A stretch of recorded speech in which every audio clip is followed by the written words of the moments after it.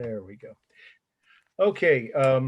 Now this is the first time I know that maybe some of you have even taken a Zoom class, but specifically this kind of class, an art history class. So I did send everybody.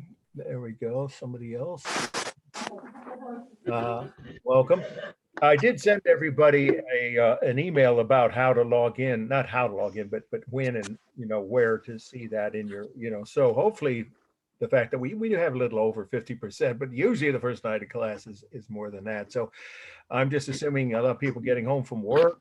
We used to start these classes at 7, and I preferred that, but it wasn't what the college thought would work for custodial staff to have to work so late. So they unilaterally moved up all the evening classes to 6:30, at least in the art department. And some people barely get home from work. I know that at that hour. That's how I often was before.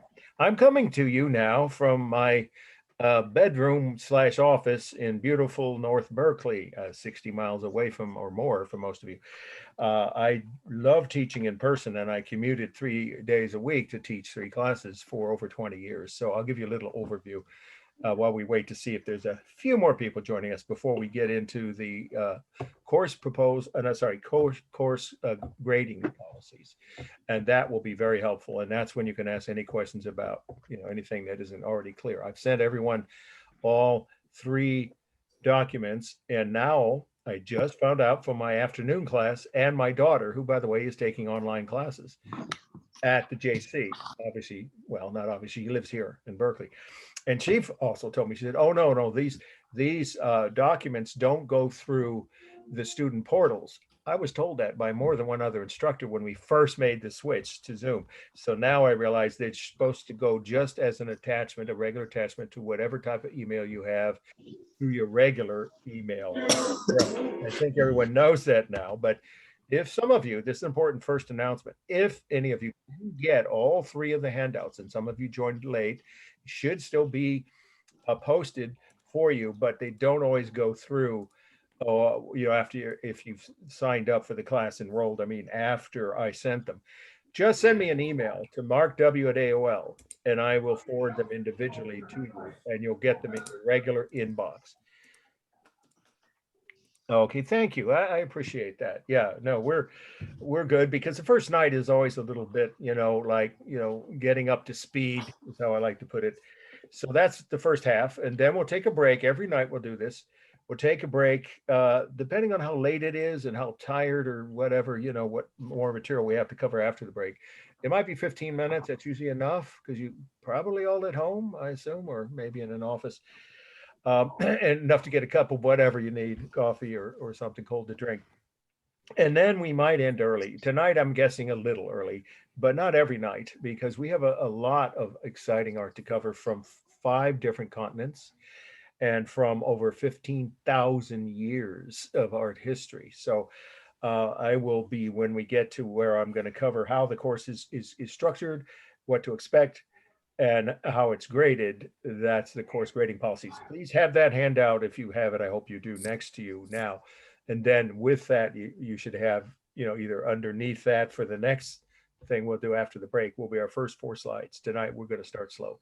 Just 4 slides that you need to take notes on.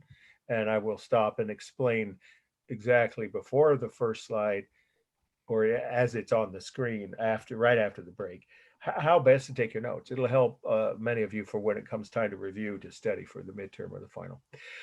Okay, so in other words, I don't have any way of knowing if any of the 18 or 19 people that have logged in now, let alone the ones that haven't logged in, have not yet gotten all 3 of the handouts. Again, those 3 you should have with you tonight if you have them printed out, which hopefully everyone here now does in this Zoom session. The course grading policies, we'll go over that first. Then the syllabus, I'll briefly mention how that relates to the notes, probably before the break. Then after the break, you want to have that with you every night when the slides are on the screen, because you'll see how those slides appear, the correct spelling, title, and all that information for your note taking. And then the third document would be a list of terms to know for Art 1.1. It's slightly different from, I teach 3 different subjects this semester anyway, 3 different sets of syllabi. And just a term. So if you are missing any of those, just once again, because we had a couple of join us just a moment ago, just email me and I'll forward them to you. Okay, so are there any questions about the three handouts in terms of receiving them? They should appear, and sometimes they go to your spam. I just found that out too from my afternoon class. Two of the 17 or 18 students in that class didn't get them until they checked their spam folder.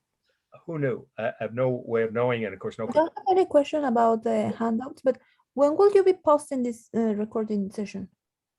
I will be posting it. Normally, that's an excellent question. In fact, I was going to get to that later, but let's confirm now. Normally, every Friday by 8 p.m. of that week's lecture, whatever week you're, if you missed it or you want to review or go back and whatever, listen again, that will be posted on YouTube by 8 p.m. But as long as you brought it up a little early, let me go ahead and do the speaker view here, if that's all right with everybody now. I do hope to still see some of you up there. I need to tell you that this week is going to be a little different. I will do that probably before Wednesday this week. Why? Because I ain't going to be compos mentis. Anybody know what that phrase means? It's a Latin legal term. I'm going to be out of it on not drugs. That sounds terrible. Painkillers. Anybody ever had their big toenail removed? I have to do that. I have been putting it off and I can't do it anymore. I was going to try and wait till spring break. And this podiatrist said, no, you'll get worse infection. It's already so. That means I'll be on massive painkillers for the next 3 days, from Thursday till Sunday night. You will not you might, if I can manage to overcome that and maybe cut down on those, whatever it is that they give you from, the operating room. It's not going to be pleasant, but I can't do anything about it. But the good news is it's not going to affect my ability to teach Zoom because I don't have to drive or walk anywhere. I might be a little loopy. Some of you may notice that, but not really. I will make sure I focus. And, we all have to work through. I mean, look at all this professional sports teams that play through pain. Is that the phrase? I can't remember what it is. I will be able to teach the classes on time. I'm committing to that. But as far as checking my email the day after or forwarding you guys any, not forwarding, I meant posting. I don't want to put it off till then. I will do that early. So you could go as early as Wednesday evening onto your, YouTube, and it's under Mark. Here we go. I'll repeat this and I'll probably send you an email. Yeah, I will. Once I post it, I will. Since it's the first time I will have done it for all of you. This week's lecture, they're all, the rest of them, the whole 17 weeks worth are going to be under Mark Wilson's SRJC, all capitals, art history lectures. And then you just look for the class you're in. Obviously it's art 1.1 and the week of the lecture you want. It'll even have the title of the topic of that. So normally by 8 p.m. on Friday, but this week it'll be earlier. I might be able to do it by tomorrow night. In fact, I probably will, just to get out of the way. Wednesday, I'm up in Santa Rosa teaching all day, back-to-back classes. So I probably won't get to do it then. So look for it by Wednesday evening if you need to see this. But I'm hoping that the other 16 people that are enrolled in this class don't think it's I can never say that phrase, right? When it's non-synchronous or asynchronous. No, it isn't. It's in real time. And why is that important? Because that's your chance to ask these kind of questions, and especially once the slides start coming. That's not nice. Background noise there. I don't know if that person's aware their mic was on.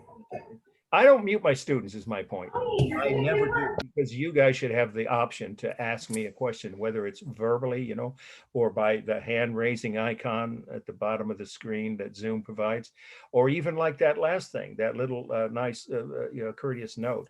But because you could do that with each other, I encourage that. It doesn't bother me or distract me for you guys to do that. I actually hope you will.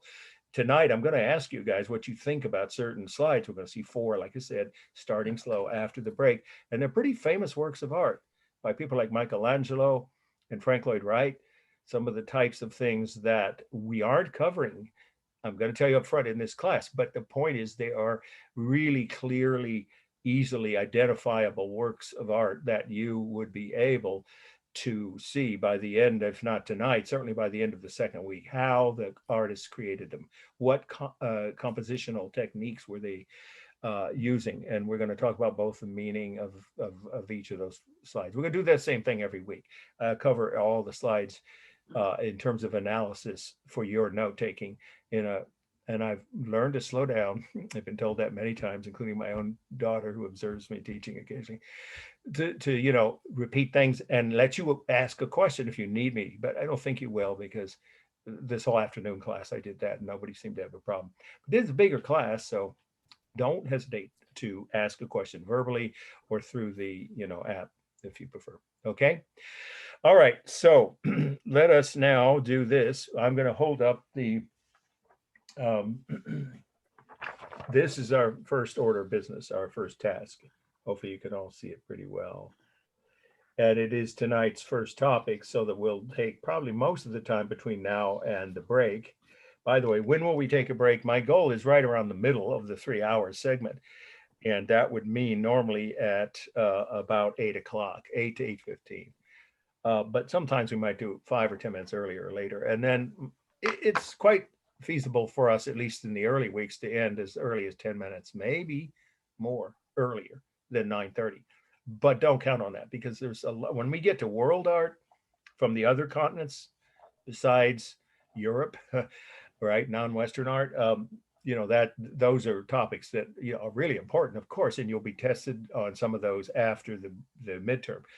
Everything on the midterm is done. You don't have to think about it. So in other words, if you're running the final, giving you a really early heads up, is not comprehensive. So you don't have to worry about studying all the way. I hated that at UC Berkeley. I took a lot of art history classes at Cal, and they'd go back to the first week and they would have hundreds of slides, and all you had to do was memorize all this fact. I don't teach that way. I try to teach a little bit more conceptual, and yet, yes, there is some information, factual information you will need to disclose that you know which slide is which when you're doing the answers on the midterm and the final. But of course, you all know this, both tests are completely open book and open note. How could they not be?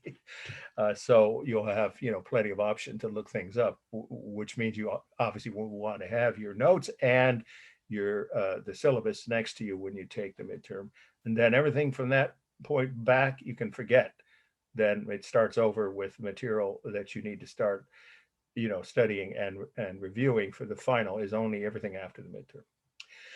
Okay, so here we go. Let's do this. The texts, I actually don't have them next to me because I have other things to show you, and there's plenty of stuff that's the amount of time we have. But you should all have been able, I hope by now, and if not for sure before the next class, to have obtained one way or another. There is an option to rent, I understand, some of these many texts. I believe both of the ones for this on Amazon, or at least I've been told that.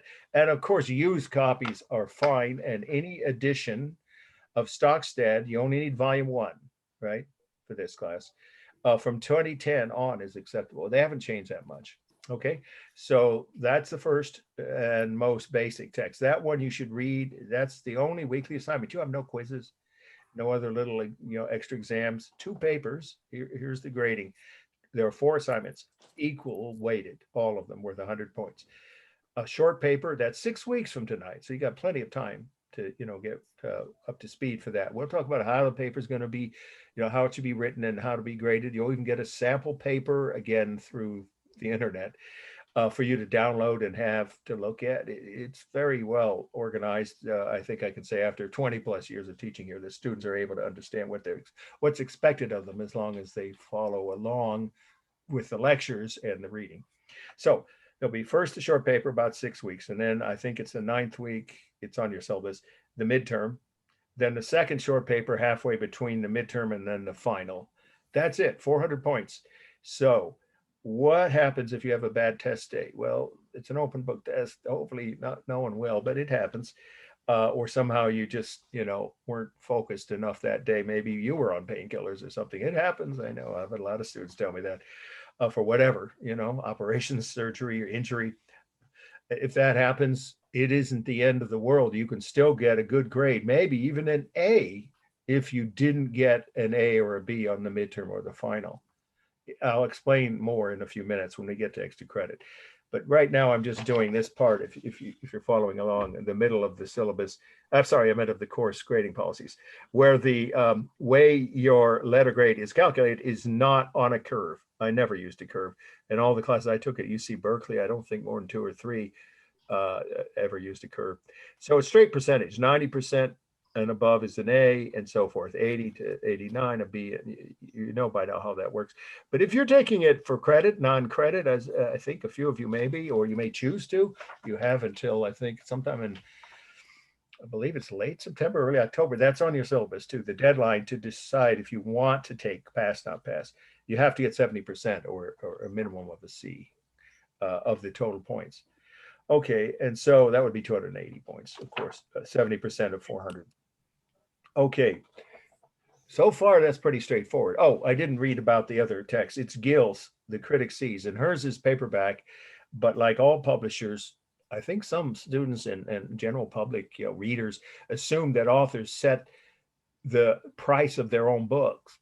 No, we have no say so in that. I've had several books published, and Sarah Gill, who is, by the way, a friend, a mentor, and lives in Berkeley and is retired. And we compare notes about how it was when she was department chair. She's the one that asked me to interview for this job. That's how I got the first opportunity to teach at this really good college. It is the best community college, I think, in the whole state. It's rated always in the top 2 or 3, as many of you know. So she has a book, The Critic Sees. It's paperback. There are 2 editions. Either one used is fine. And someone told me that either eBay or Abe, A-B-E, maybe both websites have it for very reasonable price, like 15 to 20 bucks. It's quite reasonable. That will help you with writing your papers. So you are expected. The weekly assignment is only to read 1 or 2 chapters in Gill's book, which are short, and usually 1 chapter only in Stockstead. And those are like 30, 35 pages. It's not overkill. It's not excessive. I think you will agree, compared to some college courses you either have taken or will take. So you do want to keep up the reading, but the assignments are spaced several weeks apart, so you have some time between each one. Okay, attendance. I'm going to take attendance in a few minutes before I launch into the second part of this overview. I'll call it the overview for the whole semester that we're just starting on now, which will be explaining my credentials and then asking you to do that, which you don't have to do right now while we're all here in Zoom. You could do it during the break or afterwards, anytime in the next week. A mini bio, I call it, for me, student. Now, you aren't going to be marked down if you don't do it. I used to take roll that way, but that's an imperfect system. So I'm going to actually take the old-fashioned call your name out, need you to raise your hand. But I am going to send an email to those that weren't here. Well, everybody, of course, but for those who weren't here tonight, they should know that that's the only way I know they don't want me to drop them, because I am required. I think you all know this, unless you've never taken a course at SRJC. We are required by the end of the second week to drop any no-shows. So that would mean anyone who didn't answer present during the first 2 Zoom classes, how do I know they do or don't want to be dropped? I don't want to drop anyone unless they don't want to be in the class anymore and forget to drop themselves. That would be through this mini bio thing, and I will explain that in a minute. But let me just summarize the last part. On attendance, it's at the bottom right there.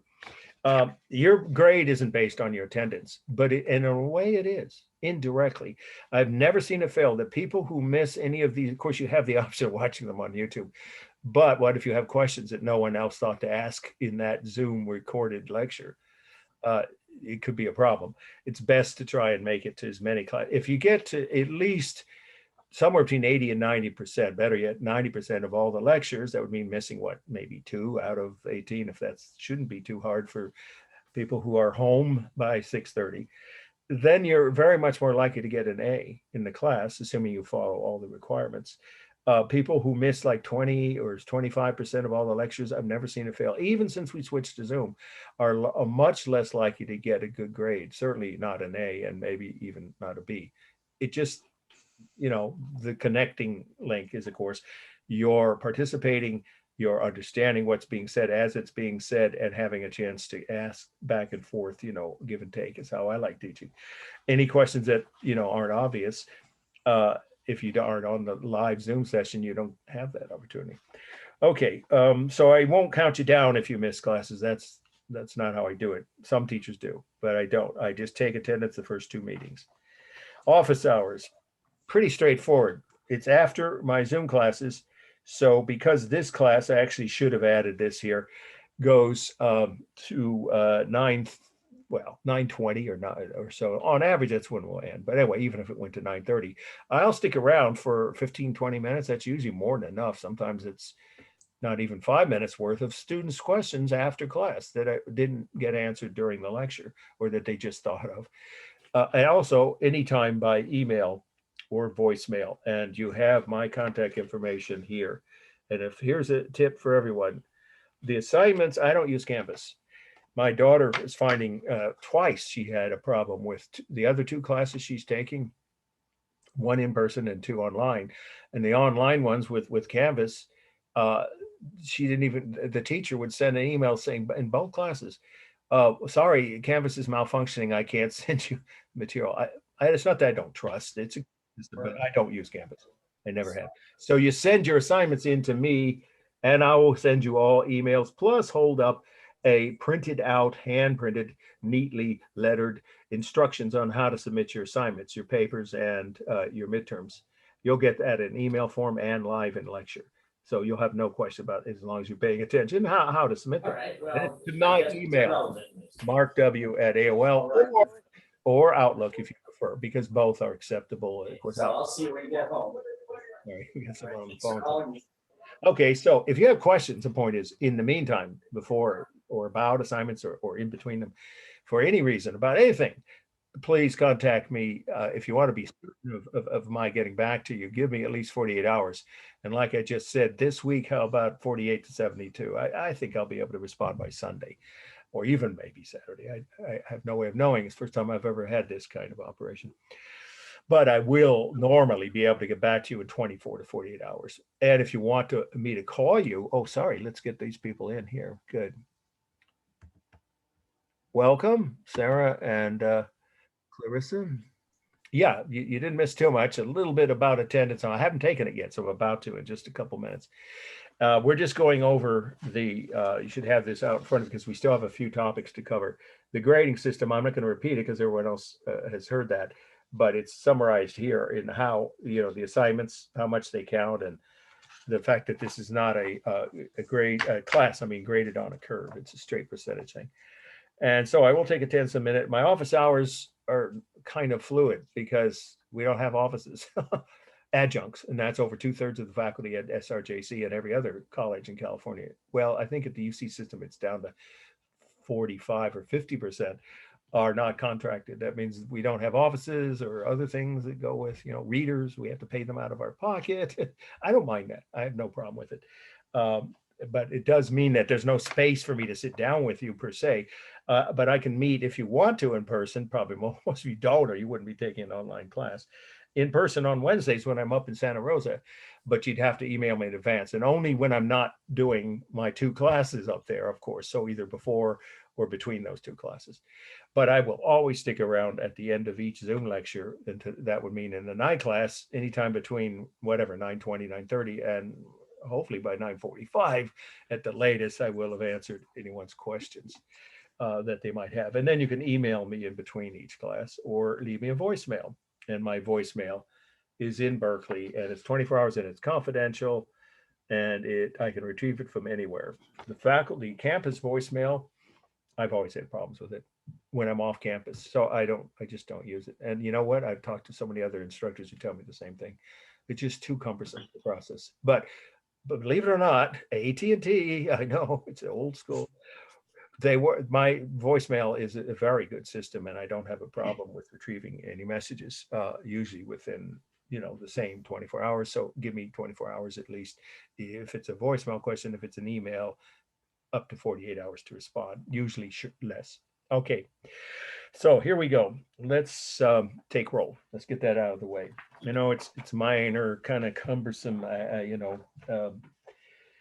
what have you, house cleaning, I guess I call it. I only do it twice, like I said. And so if anyone who's not here now, we have 21, that's good, that's getting up there, but that still means 14 people haven't logged on.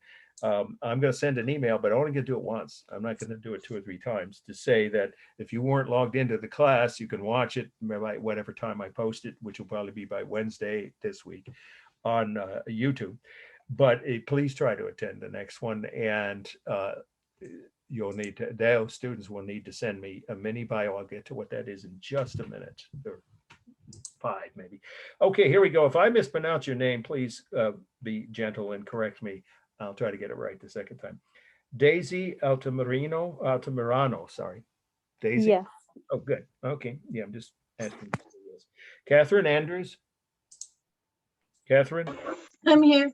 Good, thank you very much. Lauren Black? Lauren Black.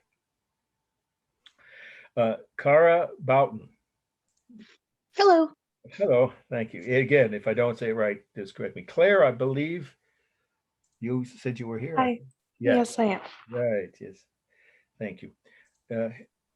Okay, Gerardo Castaneda. Did I say that right? Yes, they're good. Thank you. Well, Here.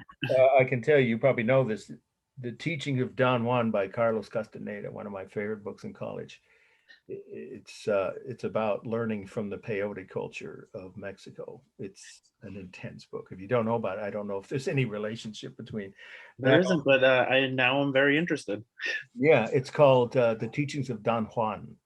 And having been to that part of Mexico, I love that, outlying areas between the big cities of Mexico. I can only tell you that that book will open your eyes in new ways. Yeah, it should still be in print. It was required reading at UC Berkeley in anthropology. Oh, awesome. Carlos, Thank you. yeah, Carlos Castaneda was his name. Okay, we're getting off base. Sorry. Now I have Erin City. I hope that's right. Is she here? Erin Claire City. Yeah. Oh, okay. Finn Clapp? Finn? Some of these people probably are students from my past semester, so they would not necessarily feel the need to log in tonight because of that. So hopefully that's the reason that the first night attendance is lower than it usually is. About 60% actually. Drew Collins. Drew. Hi there. Thank you very much. Caitlin Crozier. Hi. Okay. Anthony DeLucci. Here. Yeah, good. Here. Letitia Duran. Letitia Duran. Okay, nope.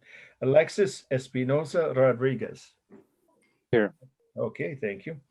I hope I said this. Naesha Himir, that's a hard one. Himire. I probably got it wrong anyway. That's NheYasa. Sorry. Are you here? Nope. Okay, moving on. About halfway through. Sophie Osby. Here. Okay, welcome again from last semester. Lucia or Lucia? You say that Guerra. Lucia. Lucia. That's how it's usually pronounced. Not here? Okay. Yvonne Gutierrez. Yvonne? No. Emma Hackthorne. Here. Yeah, welcome also to you from last semester. Colby. Him. Colby. Him? No. Thai, Thy, Hoang. Thai? Nope. Sam, Huey. Okay. Kim, Lee, L-E. Kim? Nope. Okay. Bennett, Lowe, L-O-E. Bennett, Lowe. All right. Diego Martinez Zaragoza. Here. Thank you. Thank you. Matilda Meas. Here. David Murcia. David? Yeah, I'm here. Thank you. Joe. Yeah. Yeah, okay, that's Murithi? Yeah. Yeah, oh, good, thank you. Trent, Neil? Trent? Neil? Okay, we're almost done. Francisco Nigoa. Here. Thank you. Gabriella Pettyjohn. Gabriella? Samuel Pieper. Sorry, I think you said Sam Huey. I'm Samuel Piper. Oh, okay. You wouldn't be by any, you don't have any relative named Eden Paper? Because that's an unusual last name. She used to be a Yeah. friend of mine. Yeah, that's my sister. What's your sister? Tell her I Yeah. said hello, because she did a great job as a reader for me for years and years. Mhm. Okay, thank you. Jessica Rosales. I'm here. Yeah, glad to see you again, or hear you. Riley Steinbeck. We're down to the last three. Riley Steinbeck. I was going to ask if Riley's related to that great writer, Jonathan Steinbeck. Rosalia Tapia Romero. Rosalia? No. And Maria Vasquez. Maria Vasquez. Let me see if we're missing anyone because I can do the count. 1, 2, 3, 4, 5, 7, 8, 9, 10, 11, 12, 13, 14, 15, 16, 17, 18. Nope, that sounds like everybody. Is anybody not here? Your name or not answer? Last call for tonight. Okay, shifting back to the course policies. Now I'm going to tell you that you should write this down, although I think I'll be, yes, I will. I'll send an email summarizing it, but it should be easy for you to just keep this in mind until whenever it's convenient in the next, either later tonight after class or even during the break maybe, or certainly before the weekend if you could. A mini bio is my way of getting to know my students better, or at least what their background is and where you have. So here's what you should include. Keep it to under a page or no more than a page, half a page to 1 page. Hand printed is neat, typed is fine. If you write neatly, it doesn't matter how you do it. But of course, if it's in a Zoom class, it's probably going to be typed as a PDF. It does need to be PDF for me to open it. That's again, the district rule, not mine. All documents and all handouts and all student assignments are supposed to be submitted, back and forth between students and faculty as PDFs. All right, so a PDF in which or if you want to do a screenshot of a hand printed one and then make it into a PDF, that's fine. Would be 3 things. First, where have you lived and traveled outside of California? Pretty straightforward. Anywhere you've been, where you've lived or traveled beyond the state of California. The second thing would be your work experience. Not every job you ever had, if you've had, half a dozen or more, just the most recent or important ones, particularly your current job if you're working. And then the third thing would be your background or experience in art, if you've done any kind of creative art or just have an interest in it. And you should end that part with what's going to help you to make the course more relevant. What do you want to learn from this class? In other words, within the context of this subject, obviously we're not covering 20th century painting, so that wouldn't work. If you said, I'd like to know more about Picasso, well, then wait until I teach, 2.3 or you take it from someone else. So it needs to just be any topic within the parameters of the syllabus, meaning from prehistoric cave art all the way up through Gothic.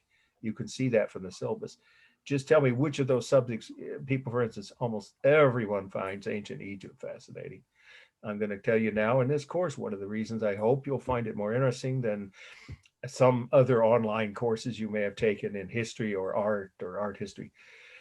I've been to about a dozen of the sites that we cover in this class, and at least half that many, let's say about that many times, half a dozen times, we will stop the lecture notes. You can put your pen down, rest your hand, and just listen and enjoy the actual real places where I have my own slides from when I was in, like, for instance, in Egypt. I got to go inside the Great Pyramid and something really spooky happened. I'll tell you when I get to that point, when we're week 4, we're covering ancient Egypt, or inside King Tut's tomb. So you get to see what it looked like inside when they discovered it. And the same kind of thing with ancient Roman sites in the city of Rome and some of the other parts of the syllabus. Those slides are my own, and I just decided that was something you could just enjoy. And of course, you won't have to take notes on those. I'll tell you when we usually do it at the last 20 minutes of that week's lecture. And that's not going to be every week, probably like I said, about every third or so. There's no set time for it, but I'll let you know at the beginning of a given lecture if the last 15, 20, 30 minutes, no, it won't be that long, 15 to 20 minutes, is going to be about something that I took. And then that's after which if you want to sign out, that's your business. But I'll add that in, and that should have some positive benefit. So if you're more interested, in other words, in knowing more about, maybe you've traveled to some of those places that are in the syllabus, or you plan to, or you know people who have, or your heritage is from them. Please, put that at the end of your mini bio. So all I ask you to do is just type or handprint something of 1 to, a half, half to full page, and send it to me as a PDF. Hopefully by the weekend's fine, over the weekend, because I won't probably look at them until Sunday. I'm guessing I'll be functioning again. Okay, so at that point, it helps me with those who weren't here tonight to know they are still in the course and want to take it. We'll send an email to remind people of that fact and what you need to include. But for now, those of you here tonight, hopefully you could just do that on your own. If not tonight, then in the next couple of days. Okay, so I'm asking you to do that, so I should do that. What gives me the qualification to teach a course like this, besides a piece of paper called a degree? Well, we'll start with the fact that when I was at UC Berkeley, I just told you I took some art history class. I don't mind admitting that I got a C+ in my first art history class. It was a long, I think it seemed like 4 hours, but they probably were 3-hour lecture with no breaks, no participation by the students, no questions were allowed. The professor was from Scotland. Hey, that's part of my heritage. I'm not dissing Scotland, but it was really hard to understand his accent. His notes were so old. I didn't want to tell you how long ago it was, but it's before most of you, I'm sure all of you were born, probably, maybe except a few. And yet his notes were old then. They were so old, they were yellow and had dust on them. We used to joke flies would come out of his notes when he was lecturing. And he never used a sense of humor. He never showed anything. They were all black and white slides too. I mean, I'll go ahead and tell you, we're talking about in the 70s. People had color slides by then. Kodachrome was around. It was just deadly. So I remember thinking, if I ever teach an art history class, this is not how I'm going to teach it. So I barely got a C+ because it was hundreds of memorizing. That's all. It was hundreds of slides that you just had to memorize and then identify, and on quizzes and several exams. So as you know, that's not the only way this class will be taught. In fact, there'll be a minimal amount of that compared to slide analysis or understanding of a work of art. And you'll be learning as we go how to do that by the time you get to your first paper. Okay, so after that, I was a substitute teacher in Oakland. And in my very first class, some of you may already be able to guess when I tell you who. One of the students in my first period class, it was, I think, U.S. government, I can't remember. It's at Skyline High School in Oakland. Yes, we're talking about the 70s. So this person is a little younger, but same generation as me. He was studying to be an actor, and he was in all the school plays. He had curly brown hair, very handsome, popular with the whole, school, and he was always late. Almost always to my first period class, because he would be up late at night taking the last BART train home from San Francisco after being an understudy at ACT. You know what ACT is, everybody, right? The theater company that everyone needs to learn how to act in the Bay Area should go to if you're lucky enough to get accepted as an understudy. And I remember thinking I should make recordings of what this guy says. He was funny. He made people laugh in class when he gave an answer. If he didn't know, he'd make up a joke. Anybody guess who I'm talking about? Tom Hanks. Tom Hanks was one of my first students. He wouldn't know me from Adam, but it was an interesting experience because everyone predicted he'd do reasonably well as an actor, perhaps. 2 Academy Awards later, he came back and spoke as a graduation speaker 10 years later, and I was still substitute teaching in Oakland. Where was that? At Skyline High School in Oakland. Yeah, that's where he went. Yeah, for his whole high school years. Anyway, the point is that 10 years of teaching in Oakland was not a waste, but there's no way I was going to get hired. They just weren't hiring people. There was a recession. There was all kinds of issues. I won't waste your time telling why. And just as well, because half the students didn't even want, or more, to be in that class as I taught, no matter how interesting I tried to make them. So I gave up on that and went to real estate. And I sold real estate for a number of years. And I only worked with people who wanted to buy a house for the first time, like first-time home buyers, people who wanted to start a family or were selling their family members' homes. I didn't deal with big corporate clients, and I never got sued because I didn't believe in being dishonest. Some realtors did, some didn't. After 10 years of that, I wasn't burned out yet, but I was getting kind of tired of it. And then we adopted our daughter, who's from Russia, and she's now 18, and she was not even 2 when we adopted her. And I realized I don't want to be gone every weekend. So I was looking for another type of work. And Sarah Gill, who took some of my evening classes at Berkeley Adult Evening School and Piedmont Adult Evening School on architecture, they were just, for fun. I mean, there was no grading or course. She said, "Do you want to interview for a job part-time up at Santa Rosa College?" And I looked at her and said, "Are you crazy? What am I going to commute 120 miles from Berkeley for a part-time job?" It's the best invitation I ever had. After I got interviewed and hired on the spot 24, now going on 25 years ago. This college, I've been to 10, I've taught, I should say, at 10 different colleges, including 2 universities, and that's San Francisco State and Sonoma State. And this has been my favorite place to teach, because the students have so many interesting backgrounds. That's why I'm asking you to write your mini bios, and you bring different experiences and perspectives to the classes. And like I said, I encourage you to participate in including if you think something I've said isn't complete. I don't take it personally. I hated teachers at UC Berkeley that would grade you down if you asked them questions that made them admit they might not know the answer. That's not teaching to me. That's ego. So you're welcome, as long as it's done respectfully, of course, and it's relevant to the topic at that moment, to ask questions or add information, or even maybe slightly disagree with an interpretation. And I can give you my reasons for why the sources I have feel. For you, probably some of you will, well, when we get to Egypt, that may come up, because there's a couple of works of art that we don't know the answers to, all of the details of from ancient Egypt, that we'll be seeing. And I'll tell you what the disagreements are, but you may have your own thoughts. I encourage that. Okay, so after that, I started writing books.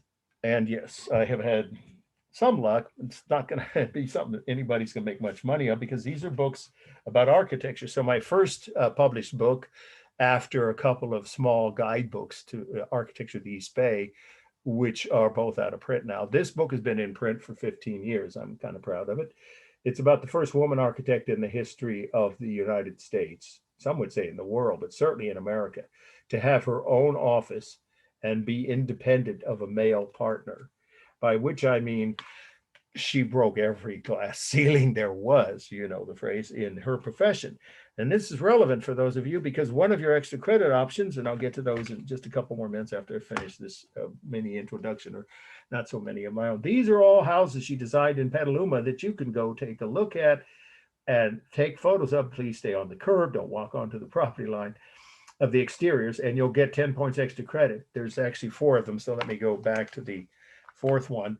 These addresses are in this book, which you can look it up. Perhaps I'm not suggesting you buy it, not for this class. It is required for my 20th century architecture unit in Art 1.2, because there will be assignments relating to this and slides. But for this class, it's not required by any means.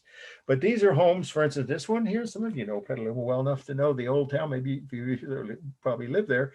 Just above the old Bank of America parking lot. Well, it's not that old. The B of A parking lot, which itself is across the street from the beginning of the historic district. I love the old Petaluma historic streets in the old downtown. This house is within sight of that on a hill overlooking that. So Julia Morgan was a woman who broke every barrier there was. And she designed Hearst Castle, by the way. That's what this is. The cover is one of the 2 pools. So let me ask, has anyone here been to Hearst Castle? Anybody? No. No. Oh, okay. I thought I heard one person. I ask that question every semester, because once in a while I get people who have, and I'll ask them, then what did they tell you about Julia Morgan? Nothing. Or else they did more than just mentioned her name. She should get major credit as the first independent woman architect in America, and the most productive of all American architects. She outproduced Frank Lloyd Wright, the most famous architect who ever lived, right? The one person most people, if they don't know anything about architecture, can think of as an architect and can name is Frank Lloyd Wright. And so he did 550 buildings, very impressive. She did 750 buildings, completed in a shorter career, because she had to wait till she was after 30 before she could take the exam. So that's one topic you could consider. By any means, you don't have to if you don't want to, for one of your 2 papers or extra credit. Okay, so let's just wrap this up with one more thing, and that is, oh yes, Frank Lloyd Wright buildings. They are all around us in the Bay Area. Again, extra credit options, you're going to hear in just about 2 minutes now how those work. That's why I'm holding these particular illustrations. Some of you know Marin County Civic Center is by Frank Lloyd Wright. It's the last building he ever designed before he died, and it wasn't completed till after he died. But let me just go ahead and show you like the example of the interior. You can go in it now and you don't have to explain why you're taking pictures. But if they stop, you can tell them you're in a class of architecture.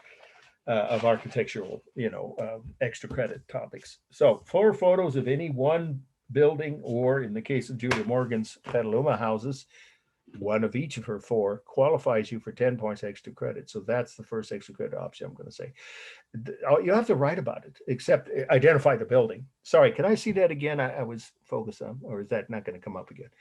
I was thinking it's important to see those, but I was concentrating on trying to make sure you all, let's go over the extra credit now.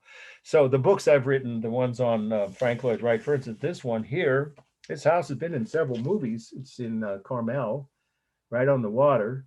And it is one of the few houses designed by anybody, let alone Frank Lloyd Wright, that the original owners still live in. I mean, it's there to say, it's the grandson of the original builder, but the same family still owns them.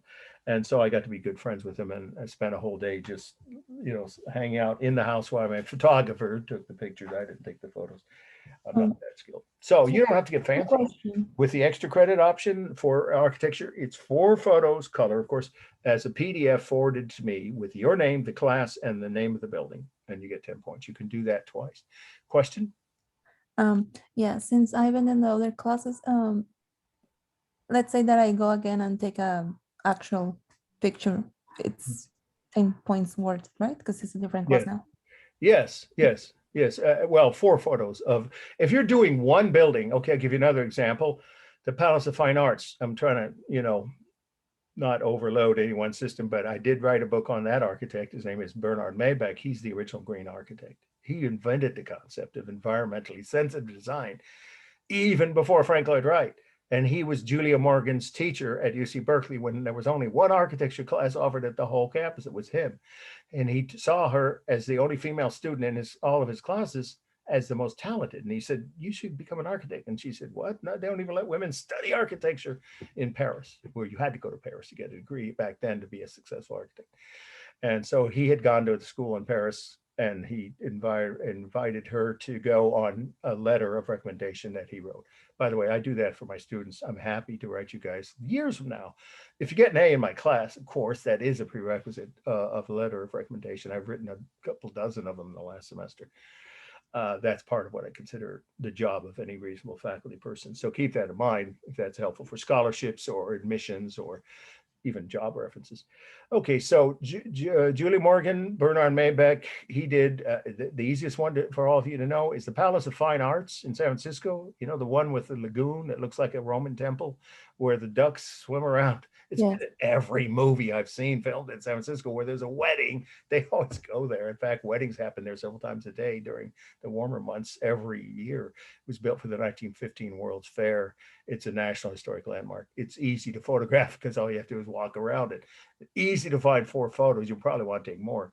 That's 10 points. So, or any historic or architecturally interesting building. In other words, not a Costco outlet or a Best Buy store, big box stores. That wouldn't quite qualify. I mean, those are cookie cutter. That's not, nobody designed those buildings.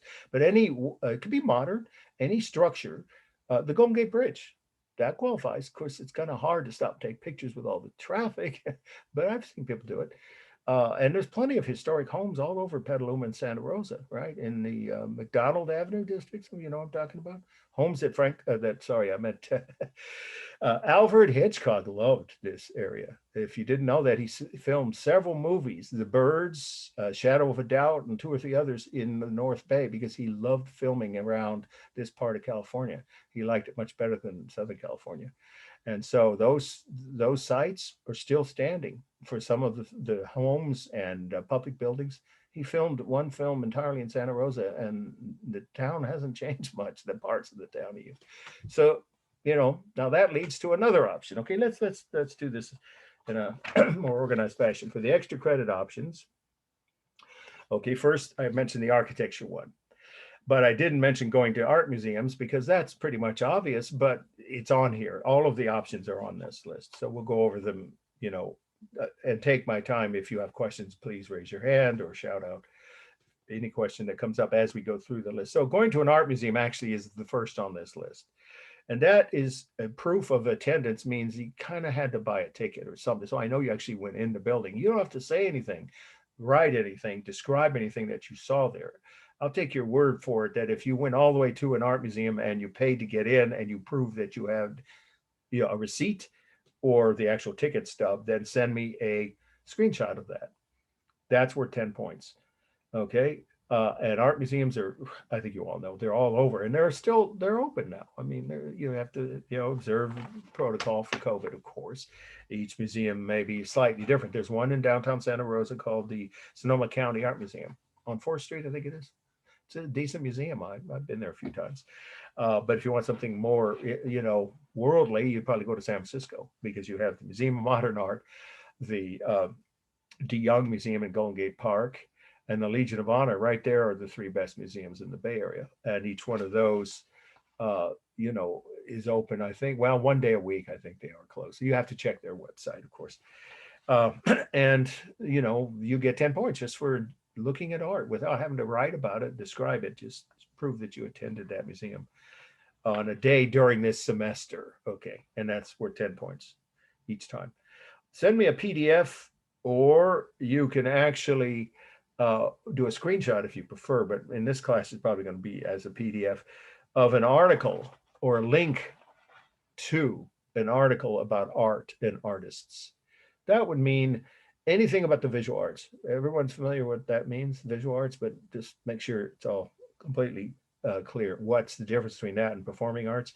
Visual arts, it's very specific, are the following categories: painting, sculpture, drawing, photography, and architecture. Those are the things that are covered. Now, we're not covering photography because it didn't exist during the period we're obviously studying in this class. But you can write your papers or do extra credit about any period of art or any art style or artist's work. Anyone except your own. That'd be cheating. So what I do allow, actually, I misspoke a bit. I'm giving you encouragement here. If you're a talented artist, you might mention in your mini bio, if you choose to, if you feel you have any skill at all, or even you're just starting to study drawing. I had students last semester, the first time I taught in person in 2 years was last fall up at Santa Rosa campus. And at least 5 or so of the students out of that 20 or so in that in-person class brought their portfolios. Well, you can't do it that way with a Zoom class, but if you have any work of art that you feel is, finished, accomplished, not a study where you didn't finish it, but something completed. It could be a drawing, it could be a photo, hopefully, one that's artistically inclined, or certainly a painting, watercolor, any, painting, we talk about any kind of color work of art. But if it's a black and white drawing and it's finished, and you feel it's professionally completed as it was intended, whether it's a class assignment or something you did for your own enjoyment, and you don't have to have, shown the artwork anywhere, you get 5 points. And I will give people up to 4 options of articles worth each 5 points, or your own artwork samples that you can send me as PDFs, of course. 5 points times 4, that's 20. So the maximum, it says it right here, I believe, at least I hope I did it though. Yes, it is 20 points total is the maximum for in each category. I'm trying to get you guys, if you want to do extra credit, you can totally ignore all this, but it's kind of self-defeating if you're not sure you're going to earn an A. Why not give yourself a margin for error or a cushion, or margin for extra points? You can have up to 60 points in this class, and actually it's 50, sorry, but it is 60 because on the exams there will be 1 5-point extra credit fun thing where you don't have to think about it. You just write whatever comes to your mind. You'll understand when we talk about the exams and when I give them. So when you add those two, 5 points each for each of the 2 tests, you can earn up to 60 points extra credit, which is more than a letter grade. And you could end up, that's why I said earlier, is what I meant when I said if you bomb one of the tests or don't do well on one of your papers, you can recover and even get up to an A if you take advantage of all the extra credit options. Okay, there are two more. This is a fun one. Watching a feature film or a documentary about an artist's life. It has to be at least 60 minutes because some things, little 15-minute snippets, that's not enough to get into detail or depth about the life or career of any artist that interests you. And I'll give you a couple examples in a minute. And then I do need to get credit. How do I know you did watch it?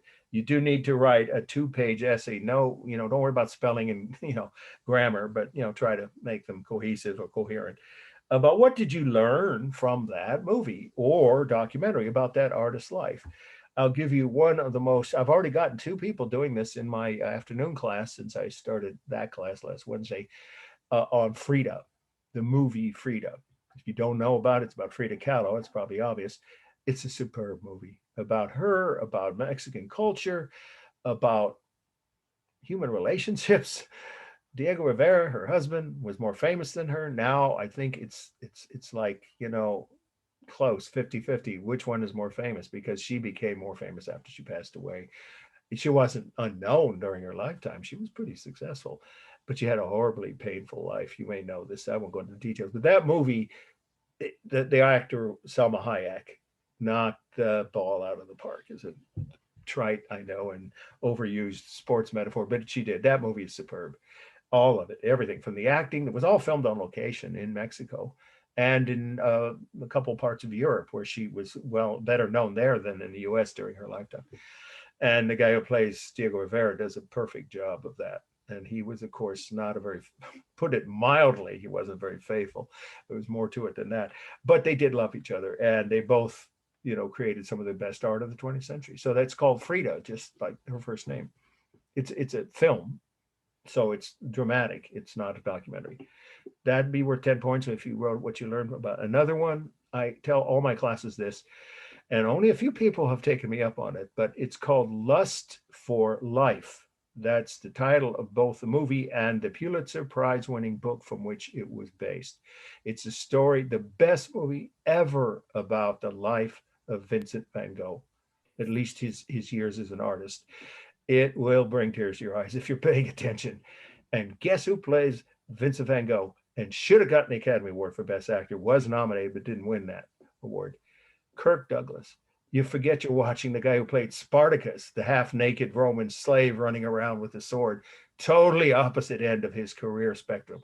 He knocked, again, in this case, more than one ball out of the park. It's amazing. You think you're actually watching by the first few minutes of the film. It takes from the time when he thought he would be a minister as a young, man, all the way through, well, of course, his death.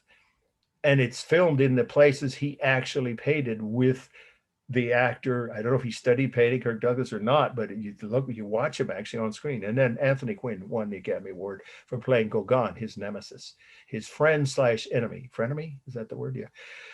Oh, their relationship was so dramatic and so toxic. That part of the film alone will, definitely grab your attention. It's called Lust for Life, and it's on. The last time I checked, it was on, I believe, maybe both Amazon, Netflix, but I'm pretty sure it's at least on Amazon. So there you go. And those movies are 2 hours, but they fly by. Believe me, those movies are absorbing. So there's just 2 examples. And if you want more, I can give them to you later. Documentaries, you know how to look up documentaries on any of your favorite artists. So you can do 2 of those, and that's worth 10 points each time. Now, the last 2 are, well, number 5 is problematic. If the Omicron, did I say it right, variant winds down as much as everyone's seeming to think it will by, say, April, I could schedule a walking tour of architecture. And that's always been fun for those who attended, because we get to go inside some historic homes. You can see the reason why it has to be when everything, all of the, hospitalization rates and all that other stuff is down to a dull roar or very, very low. But that could happen.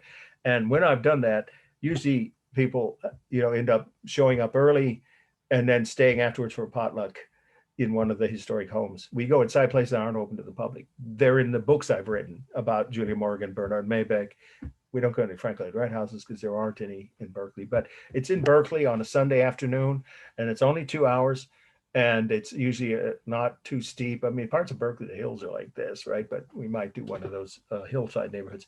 But I know the historic homes in each neighborhood and the owners of many of them. So usually we go into 3 or 4, and it's a fun way to learn about art and architecture.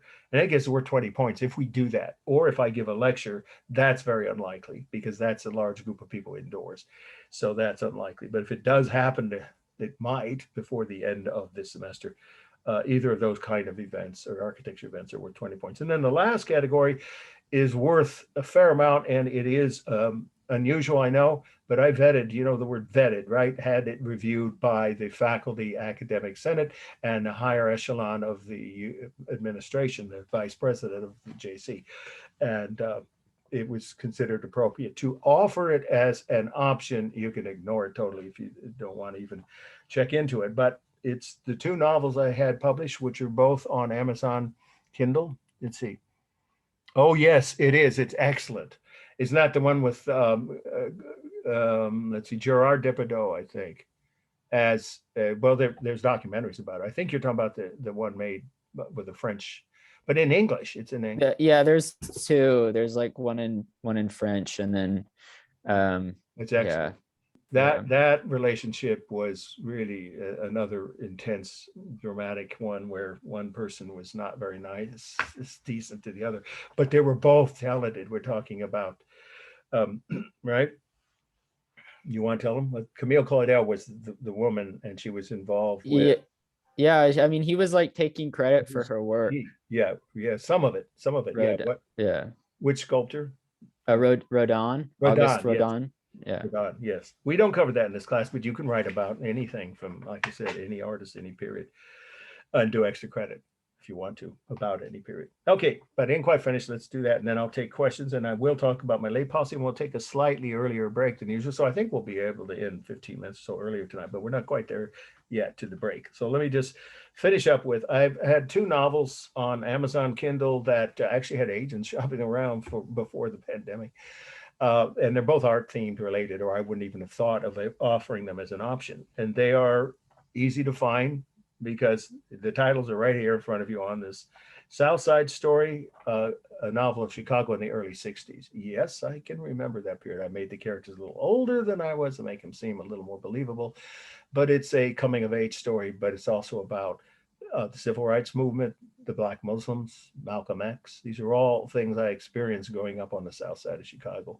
It's Obama's old neighborhood, but I was there much before. In fact, it was around when he was born that I was growing up there. So it's gotten plenty of reviews. You can see for yourself if it's interesting. You know, everyone knows this, that any book on Amazon Kindle, you can click on look inside, it says on the cover, and you can read the first 2 or 3 chapters for free and then decide if you want to order it, download it, whatever. And if you have an Amazon Prime account, it's free.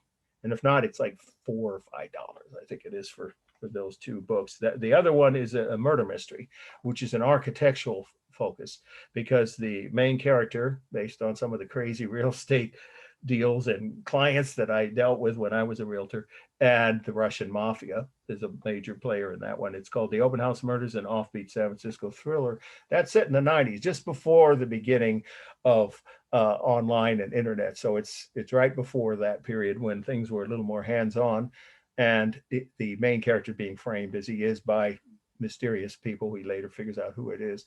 He has to go to find clues to about 20 different architectural sites that could be extra credit options for you. And they're described in detail in of course, those scenes. So either one of those, if you download them, it's worth 15 points, or order them. You have to show me some evidence that you actually didn't just look at them on the screen of the Kindle site, but actually download it. Just shoot me a screenshot of the last chapter or your order number. And that's worth 15 points. And if you write a review, good, bad, or in between, you'll see most of the reviews are nice, but there's a few that are, of course, make comments that, the person honestly felt. So it's not about whether you say what you say. Any kind of brief review is fine, is worth 10 points. If you choose to do that after reading even part, you can do that without having to read the whole thing of either one. Those are both worth, that's 15 points. So if you did that and then posted, there we go, a review, that'd be 25 points. So anyway, you have all these options for extra credit, and I try to make the class proactively available for all of you to do better and improve your chances to get an A in the class. And I've already had a bunch of students in my first two classes. I've taught my in-person first night on Wednesday and the other online class already send me, some of them as much as 15 points extra credit. So they're kind of getting ahead of the game. So they're building themselves a margin in advance. But you can do them anytime up until the deadline, as I will remind you by email. I do that every semester, is the end of final exams week for extra credit. The end of final exams week, I will accept extra credit up until that weekend after the last final exam, because I need time to, of course, add the points to your total scores and give you the accurate grade you've earned before I turn the grades in. Now, what about late policies? Well, here I skipped over student conduct. I mean, online should be obvious unless somebody gets particularly scatological. I doubt it. I don't think there'll be a problem with any having issues having to do with student conduct.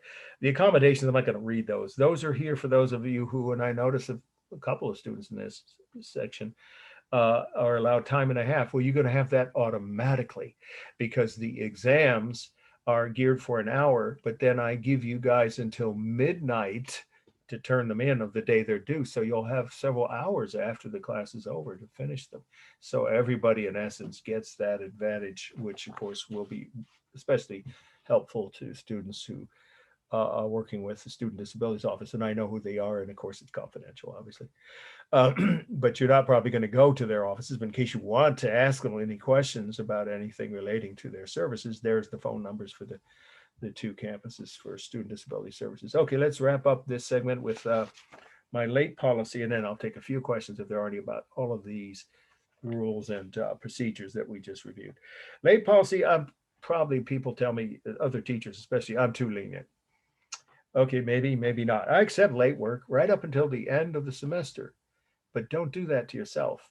In other words, I've seen students who wait till the last week to do both papers. Well, they get 10 points off for having been more than a week late. 1 week or more is 10 points off. Anything less than a week late is 5 points off. Pretty lenient, right? 10 points is one letter grade deduction. But if you do that, I guarantee you won't get an A, because it never fails that you got yourself into a corner and you've got so much to work on just to write the papers and then turn around and study for both my and other exams and other finals and other classes. And usually it affects that person's grade on both their last two papers and their exam, their final exam. So it isn't a wise strategy, but you have the option of turning in things late, and the grade does not, the discount of, deducted points, excuse me, doesn't go up after a week of being late. Those deducted points stay the same. So if it's 2 weeks late, 3 weeks, whatever, but again, try not to let yourself get too far behind the deadlines. Okay, what about the exception? There are, and it's not my rule, this is the JC's rule. The exceptions would be anytime that someone is sick and it's not my rule again, I have to have some visual evidence, meaning you have to send me a screenshot or a JPEG of what, a prescription or a visit to a hospital or a note from a doctor or nurse that you were sick or injured or something. If it's an auto accident, that's kind of on the cusp. There's ways to verify if you were in an accident, of course, on during the week that the paper was due, right?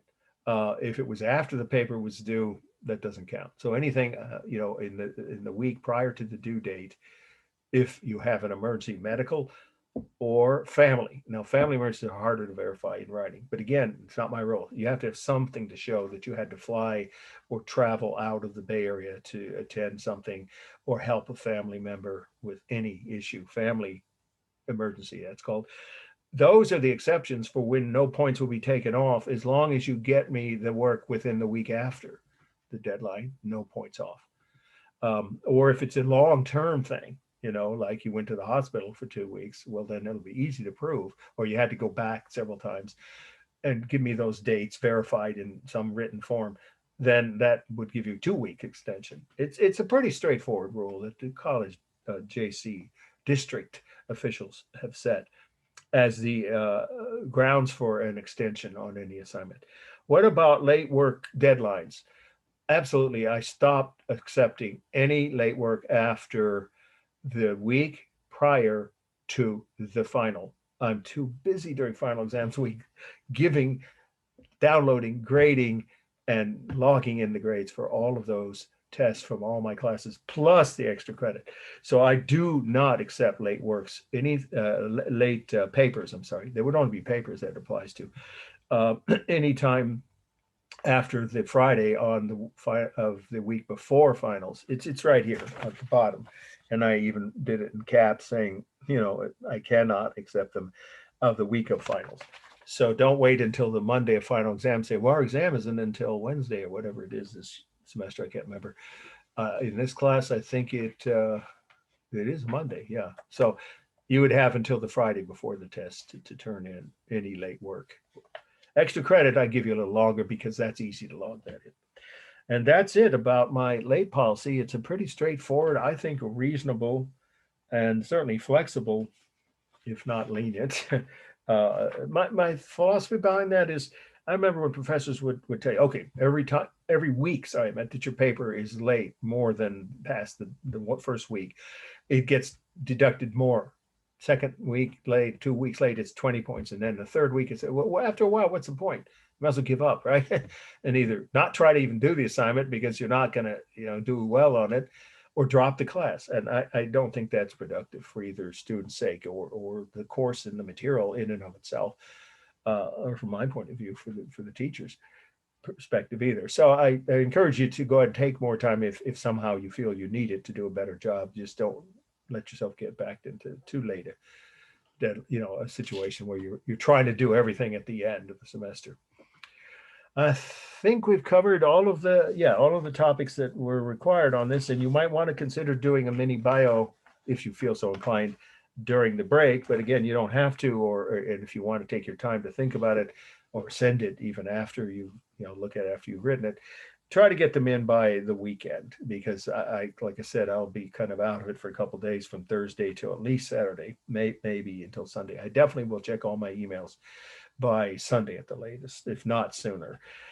But you're not going to get points off if you send it. Don't do it at all, but it would be helpful for me to know better what your backgrounds and what your experiences bringing to this class, and what you want to know, what you want to learn in this course during this semester. Okay, any questions at all? Now, anything we just covered?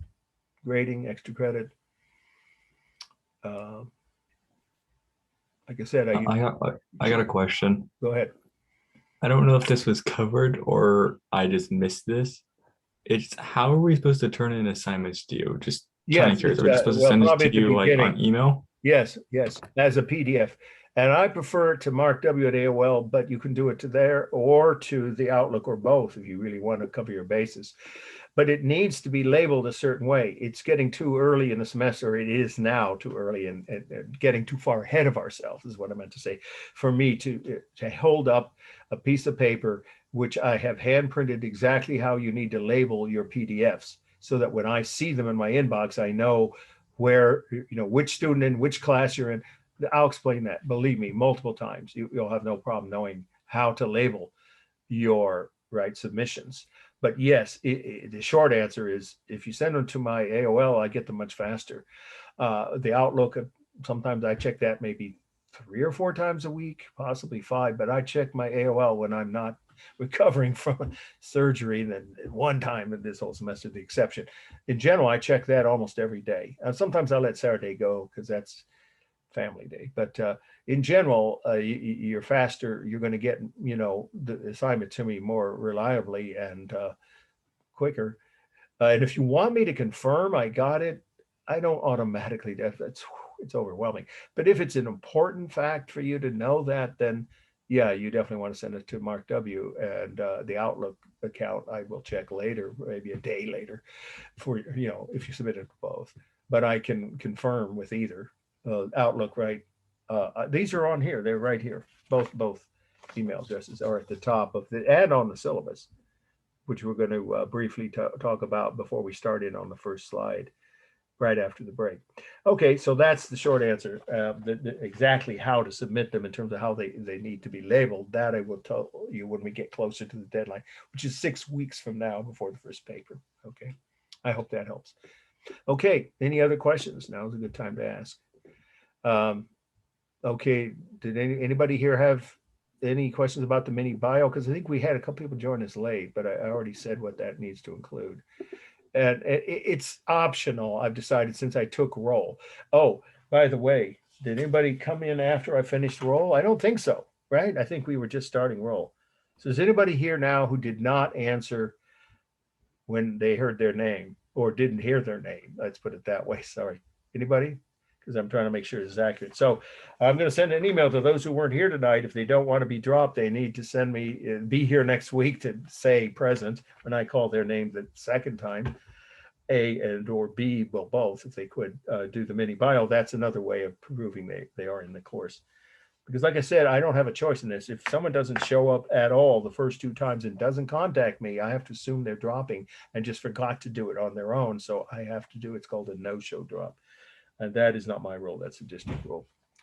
Okay, let's see. So that everyone, right, who's here now has had their name called out and heard me call your name. So there's no loose ends on that part. Okay, anybody else? One more, 5 minutes. Let's go and take a 20-minute break since it's the first night. We'll still be able to end at least 10 minutes early, maybe more. It depends on how many questions you guys have. We have 4 slides to cover after the break, and I will start slow and tell you how, before we even get to the notes and the comments that I'll give you, how best to take your notes for future use for studying and reviewing for the exams. It could be quite helpful to you, I think, because it's the way that it's most efficient and easiest to review them when it comes time to look at your notes. Remember, it's open book, the tests, both tests, the midterm and the final. Open book, open note, for obvious reasons. Okay, one more time. Any other urgent questions about what we have just covered?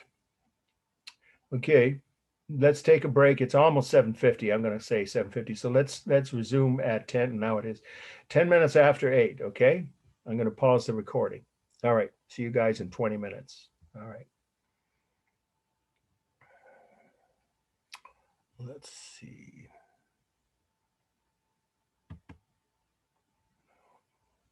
Oh, there we go. All right, let's start with, or resume, I should say, with the second part of tonight's lecture, which will actually be the slides, the first 4 slides. And I will tell you how to take notes in just a moment. But I did think of one thing I forgot to mention, and I'm going to keep this very brief, 30 seconds each tops. The option of magazine or newspaper articles about art is one that I think everyone will agree. It's the easiest way to earn extra credit, right? It's well, I hate to say a no-brainer, but on any topic. Well, one place you could search is the archives of this magazine. It's an excellent magazine. I've written about 10 articles. This is my first one I did for them. As you can see, they got me the cover slot about one of the places you can go, right? Marin County Civic Center, to take photos. So it'd be a twofer if you chose to do that. You don't have to write about the site. Remember that. Just identify the site, the name of the building, where it was, maybe the architect, but even that you don't have to do. Your name and the class. But this piece was fun to write because it was about the Old Boy Network getting a comeuppance.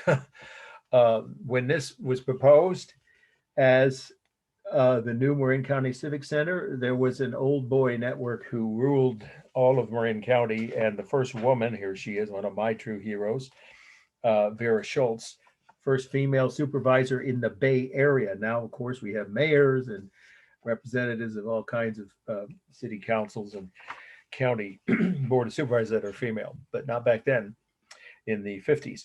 So she had to fight the Old Bill Network to get it approved. And during the battle over it, right, was called a communist, a traitor, a pinko, all kinds of ridiculous things, none of which were any valid, anything had any validity to them. So that would be an easy one. It was, I don't remember what, 2015. And then the most recent one is relevant to our syllabus because we're going to study this. the one I did in November issue of Marin Magazine, which was about a local hero of years ago. I used to study who this guy was back at UC Berkeley in California history. Chief Marin. That's a misnomer. His name, that was a Spanish gave him that name when he was, of course, forced to live on for a while on one of their mission grounds, but he broke free several times. And eventually they stopped trying to force him to stay on the mission grounds, and he became an independent actor. There we go. Independent force for reform. He helped stop the whippings at the missions. That's a pretty major reform. During the Spanish era. And he also guided several exploratory expeditions, and he was a navigator, amazing person. So this is about his legacy, and it was in the November issue.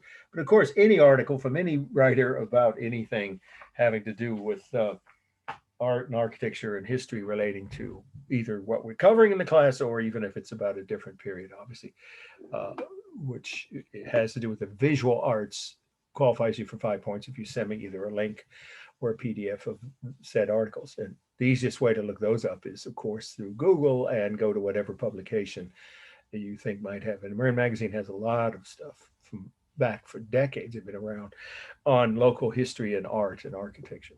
Okay, let us now segue to where we're going to discuss 4 slides that are on your syllabus. I call them must-knows. That's going to be from now on my shorthand. The first 4 slides right there, you see under week 1, what is art? Even though they're from periods, you may have noticed that. Well, one of them actually is from a period we're covering, and the other 3 are after when the Renaissance starts. That's not the period we're covering, right? We stop at the beginning of the Renaissance.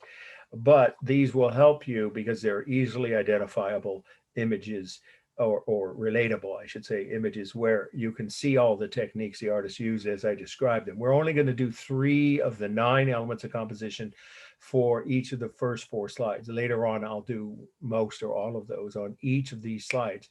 When a slide, in other words, bottom line, when a slide appears on the syllabus, assume the odds are better than 50-50, because I will cut this list down quite a bit by at least 40%. Yeah, it's right there in print before the 2 exams. But until that point, assume any slide that is on the syllabus might appear on the midterm. If it's in the first half of the semester, or after that, it might appear on the final. So those are called must know, or at least that's my term, where you need to take notes. Okay, so we are going to talk about how to take notes for just a couple minutes, and we'll get to the first slide from the syllabus.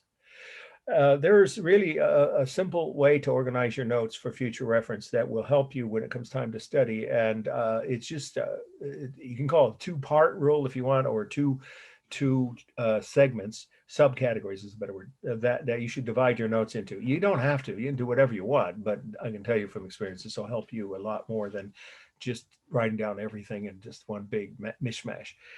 First category is meaning. We always will start with what's the meaning of that work of art? What was that artist trying to convey? What event did it illustrate? And if I were you, I would put a heading, underline, or maybe all caps when you're doing your notes, however you are on your laptop or hand printed. I would have that as a heading for the first part of your notes. Meaning, just that, one word. Then when we finish with that, we'll do the other part of how you analyze each of these slides, and that's called formal analysis. 2 words, formal analysis. And of course, that, and if it's not obvious, what that means is the techniques the artist used, the compositional techniques. And like I said, tonight we'll start slow. We'll only do 3 or at most 4 on each of the first few slides. But by about the 3rd week, you'll probably be able to figure out how to start looking for those elements yourself. And when you write your papers, you will need to describe all 9 of the elements. We're going to have plenty of time to talk about how to write the papers. That's 3 weeks. I think that lecture is 3 weeks from now. And then the papers are due for 6 weeks. So you've got plenty of time. Okay, so you should have 2 subheadings or categories. I would label them that way, meaning, and then the second part of your notes should be formal analysis. Okay, so let's do screen share. Let me get rid of this. Move it on up. Maximize this image. And now, can everybody see this? Anybody? Yes. Yeah, thank you. Just one person needs to say. Just because once in a while there's a glitch, you know, it's like everything else on the internet or the ether world, whatever you care to call it. Things don't always work there it's supposed to, but 90% of the 95% of the time Zoom does. I really think it's a good system. So here we go. That's how we're going to do this. Let's start with the title. It's what's on your syllabus, but I will always read the title and spell it once because you've got it in front of you. You should have on your syllabus. If we stop and respell things 2 or 3 times, we'll never get through this semester. So this is the Libyan Sybil. So it's the second one down in the list, okay? We're going to go to Laocoon. I reserve the right to modify the order in which the slides, it shouldn't confuse anybody, within any topic. I'm not going to alternate the order in which the topics appear. That wouldn't be fair to anybody and would be confusing to both you and me. I'll never do that. But I will occasionally reserve the right to do one of 2 things with these lists from each week's lecture. Like I'm doing now, I might show the slide that's number 2 and, you know, down in the position number 2 first, and then next, you know, one of the other slides. That's just a minor variation for variety's sake and a little, you know, freshness in my lectures. The other thing I reserve the right to that's to your benefit is occasionally cutting. I said it right here when I say note, the instructor reserves the right to remove. You see that there halfway down the page of the syllabus, to remove a few slides from the list of slides below. I should say, you know, 1 or at most 2 in any given lecture. If the lecture has as many as 12 or sometimes even 14 or 15 slides, that's a lot to cover in any depth. And I don't want to overwhelm you. So I will occasionally cut 1 or 2 from a given week's, if it's an extra long study list. And then you just cross them out and you don't have to think about them. Okay, as we go along, but not for this couple of weeks. Probably not till after we finish with ancient Egypt, because the lists aren't that long in the first few weeks. Okay, so here we go. The title of this is The Libyan Sybil. And that's 3 words, of course. Libyan is Libyan, second word Sybil, Sybil. The artist name is Michelangelo. I'm pretty sure everybody knows how to spell that. And since it's in front of you, I won't stop and spell it. But of course, it has a CH, Mike, or Mitch. Some people might say Michelangelo is how the Italians would say it. The year 1512, I'm going to give you a heads up, and I'll repeat this when we review for both tests. You can use just the decade on any date, in other words, from the syllabus, where that slide might appear on either the midterm or the final. If you don't either want to, you know, use or, you know, not sure of the exact date, you can round the date to a 0. In other words, getting the decade is what's important, not the exact year. But you look down the list, and if you haven't done that already, go to week 2, and you'll see those dates are already rounded off to the nearest century. So there's nothing to be done with a date that's already ending in a 0. You just write it the way it is. But if you wanted to, in other words, on this slide, if it were on exam, you could write 1510 or 10 apostrophe S, the decade. In other words, it's the 1510s. All right. I'll repeat that when it comes time for reviewing for the 2 tests. Okay, but I didn't tell you anything about the meaning, so that's what you'd have now, the heading for your first part of the notes on this slide. So what is the meaning here? Well, let's start with who is this? This person, this Libyan Sybil, is I'm going to simplify things greatly. Otherwise, again, we'll never get through semester. She's a kind of angel. You can say, you know, holy, figure from heaven, but just keep it short and say she's a type of angel who's in heaven and has a job. Her task, you know, you could say her function or her task is to tell an answer, or gives, I should say, give an answer to someone on earth about their future. Now, if I said tell the future, it makes it sound like she's some kind of a palm reader or something. It's not like that. She only answers specific questions that God tells her to answer when he thinks that person on earth deserves an answer. So I'll say it again. Her task, her job, when God orders her to, is to answer someone's question down on earth. That's what she's about to do. You can see she's looking down. Well, she's looking from heaven, where she's supposed to be is. Always, you know, she's up in heaven, down towards someone on earth who asks a question, and almost always they're in a form of a prayer. So you could say a question, given as a prayer, of course, to God. Please, God, will I live through the battle tomorrow? or will my son or daughter die of this disease? Or will I be happy if I marry this person? That kind of life or death question, in other words. So you could just summarize it that way.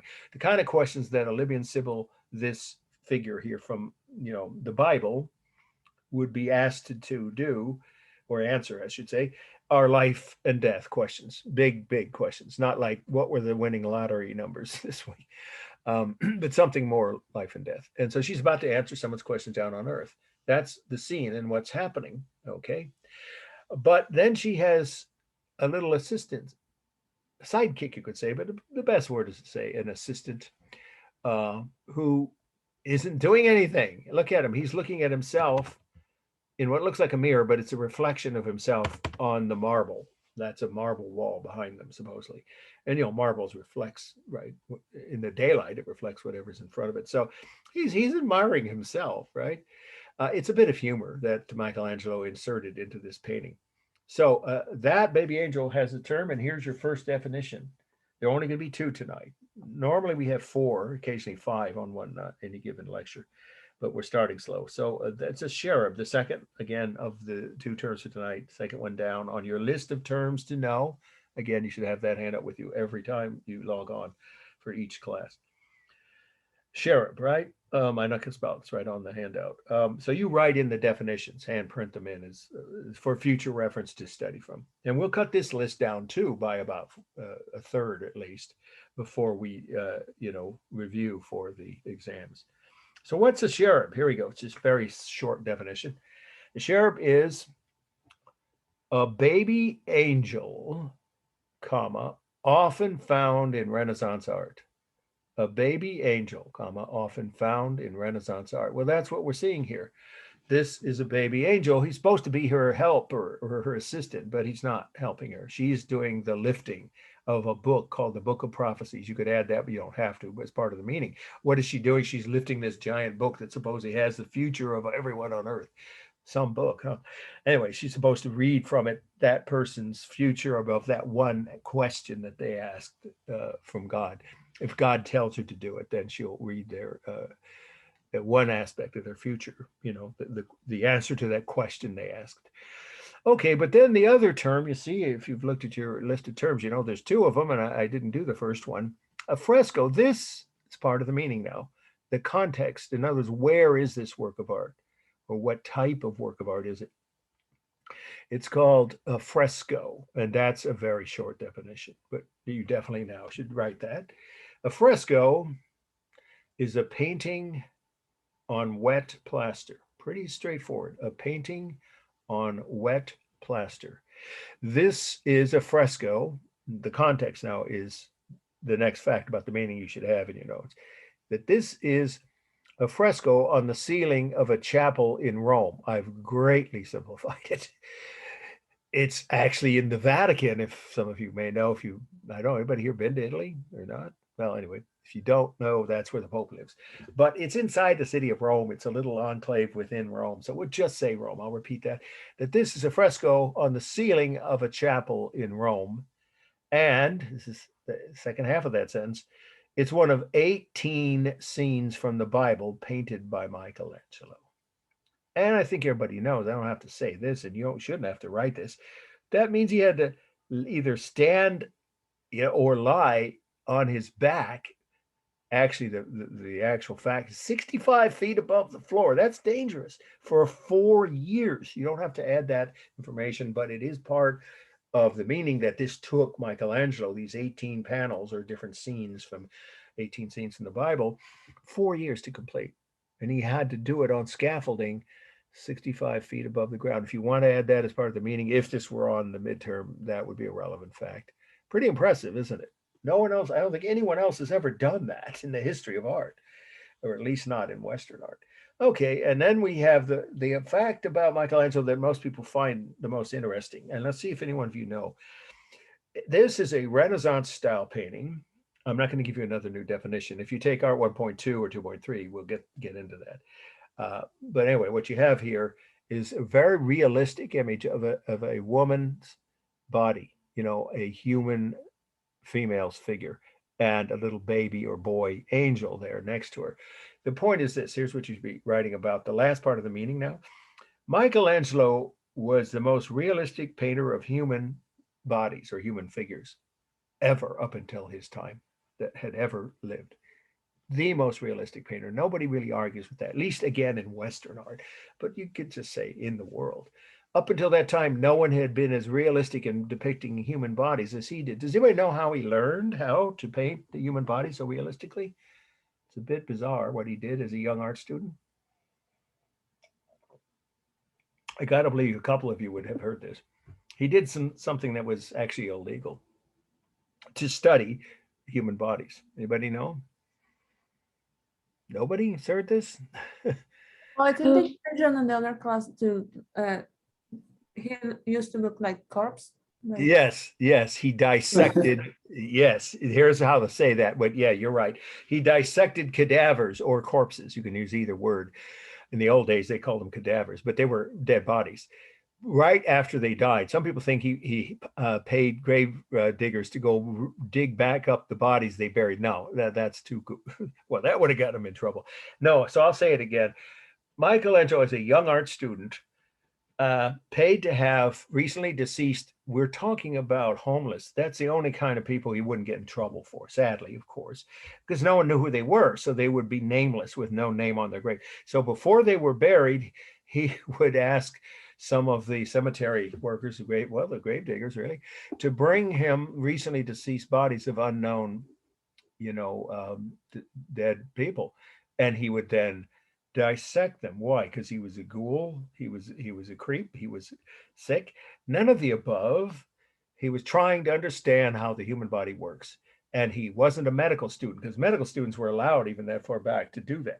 In fact, they had to study, medicine and anatomy. But he did it as an art student, which would have made it illegal. It was illegal, but he was willing to risk that because he wanted to know, in other words, how. You have to write this part of the detail, but the concept is he would dissect the bones. I mean, sorry, not the bones. He'd dissect the muscles and the joints, and then eventually figure out how the body works. How different muscles and tendons and all the other soft tissue work when you move an arm up and down or a leg. And how they're attached or joined to each other. So it was his own private way of studying human anatomy so he could paint more realistic human bodies. There is one other artist who did that at his time that we know of. There might have been others, there probably were, but the famous ones we only know is two. The other you probably know is Da Vinci. You don't have to write that. But Da Vinci was so famous. He was already a famous painter by this time in the early 1500s. In fact, he died not long after this, that he could do whatever he wanted, pretty much. Nobody said, even though he broke the law in a number of ways, including being openly homosexual, as you may know, that was against the law back then in medieval or Renaissance Europe. But he was never, threatened with legal action because he was so famous. Michelangelo wasn't famous when he started out. He became even, maybe some would say, more famous or equally famous as Da Vinci. But that was years later. As a young art student, he dissected dead bodies or cadavers, you could say corpses, to study human anatomy and how the human body works. Okay, that's plenty on the meaning. Now, let's shift to the formal analysis. That's the second part of your notes. What's the first thing there's no right or wrong here. So just anyone say whatever comes to your mind.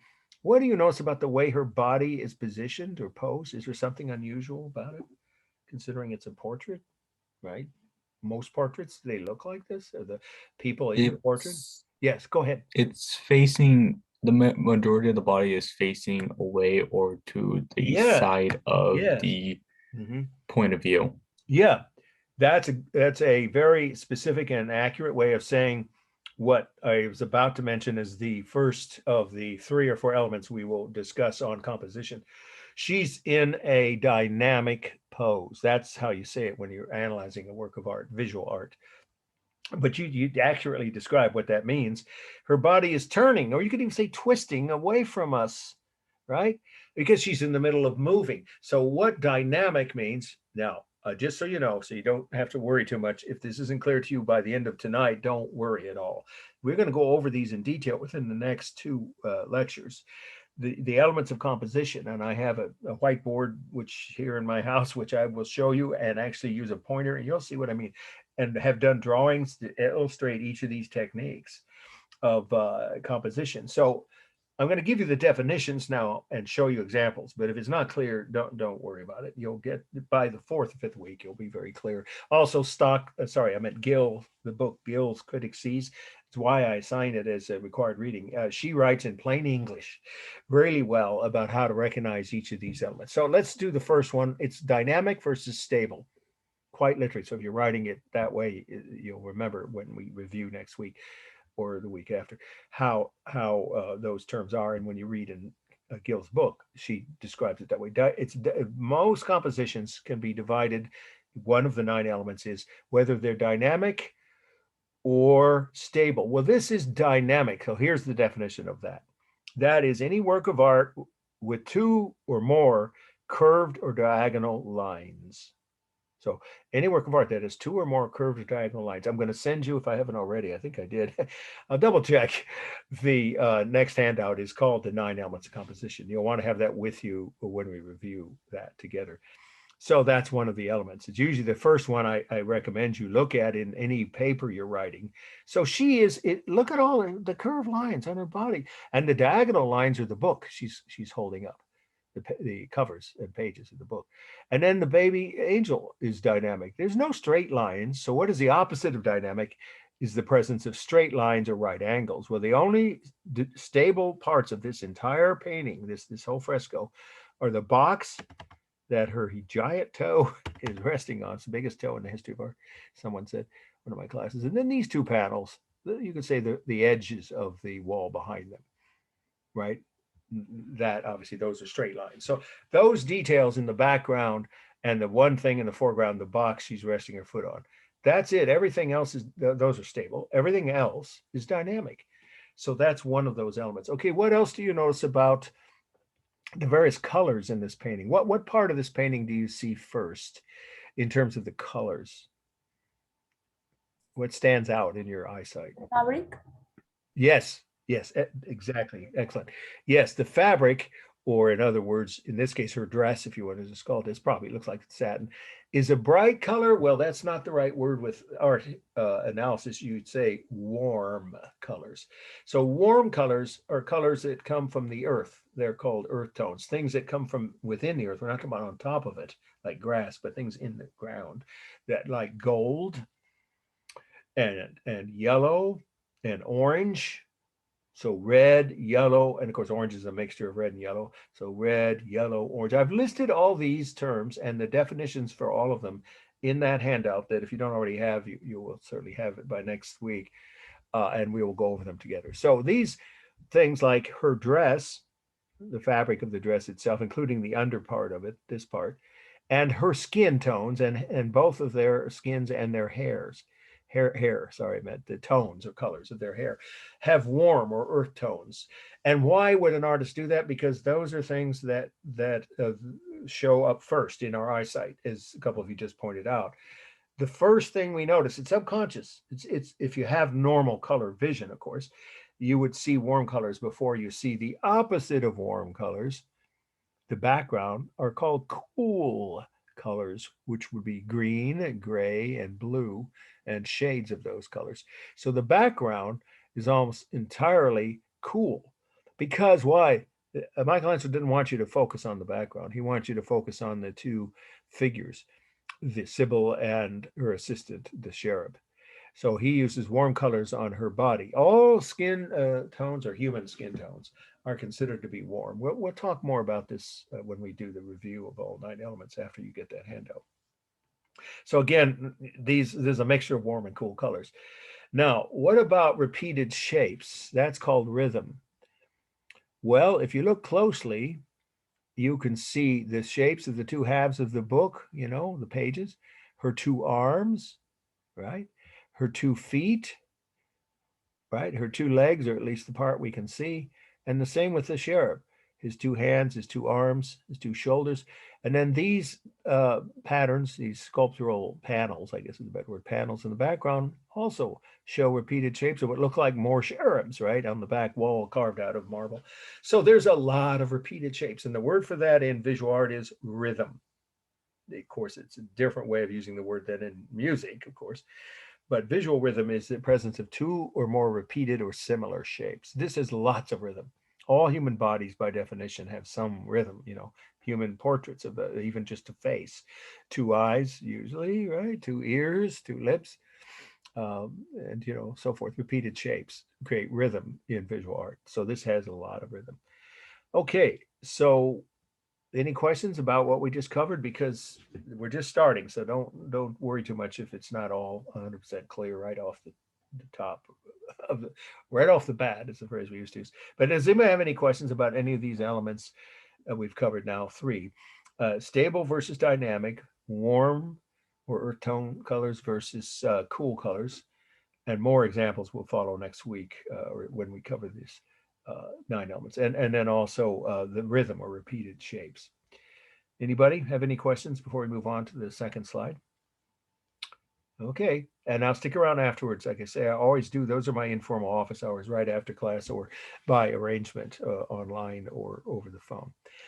Okay, so let's see. I might have altered this a little bit.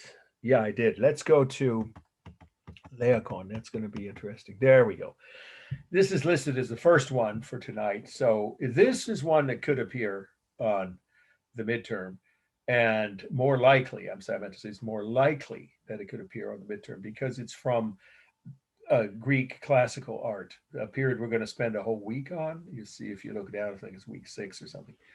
It's an important topic, but we'll get to it later. For now, we're just talking about the meaning of this one piece of sculpture. Here's the title.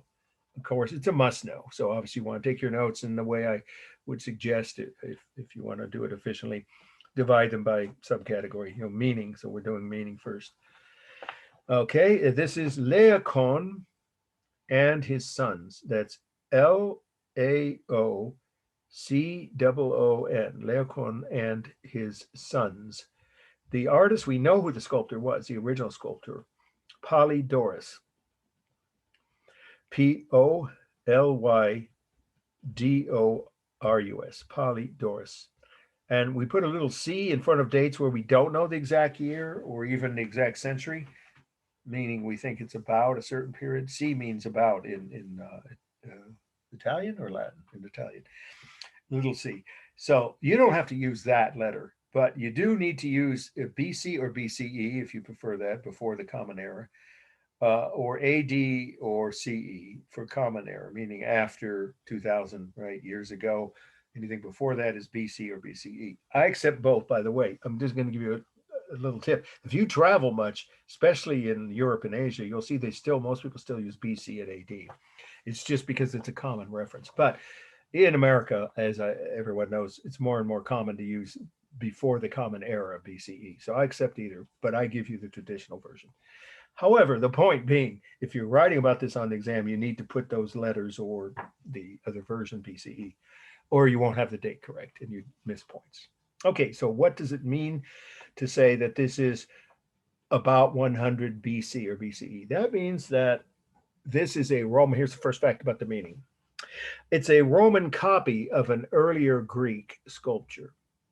A Roman copy of an earlier Greek sculpture. And the original one was done by the most famous Greek sculptor. This is all part of the meaning.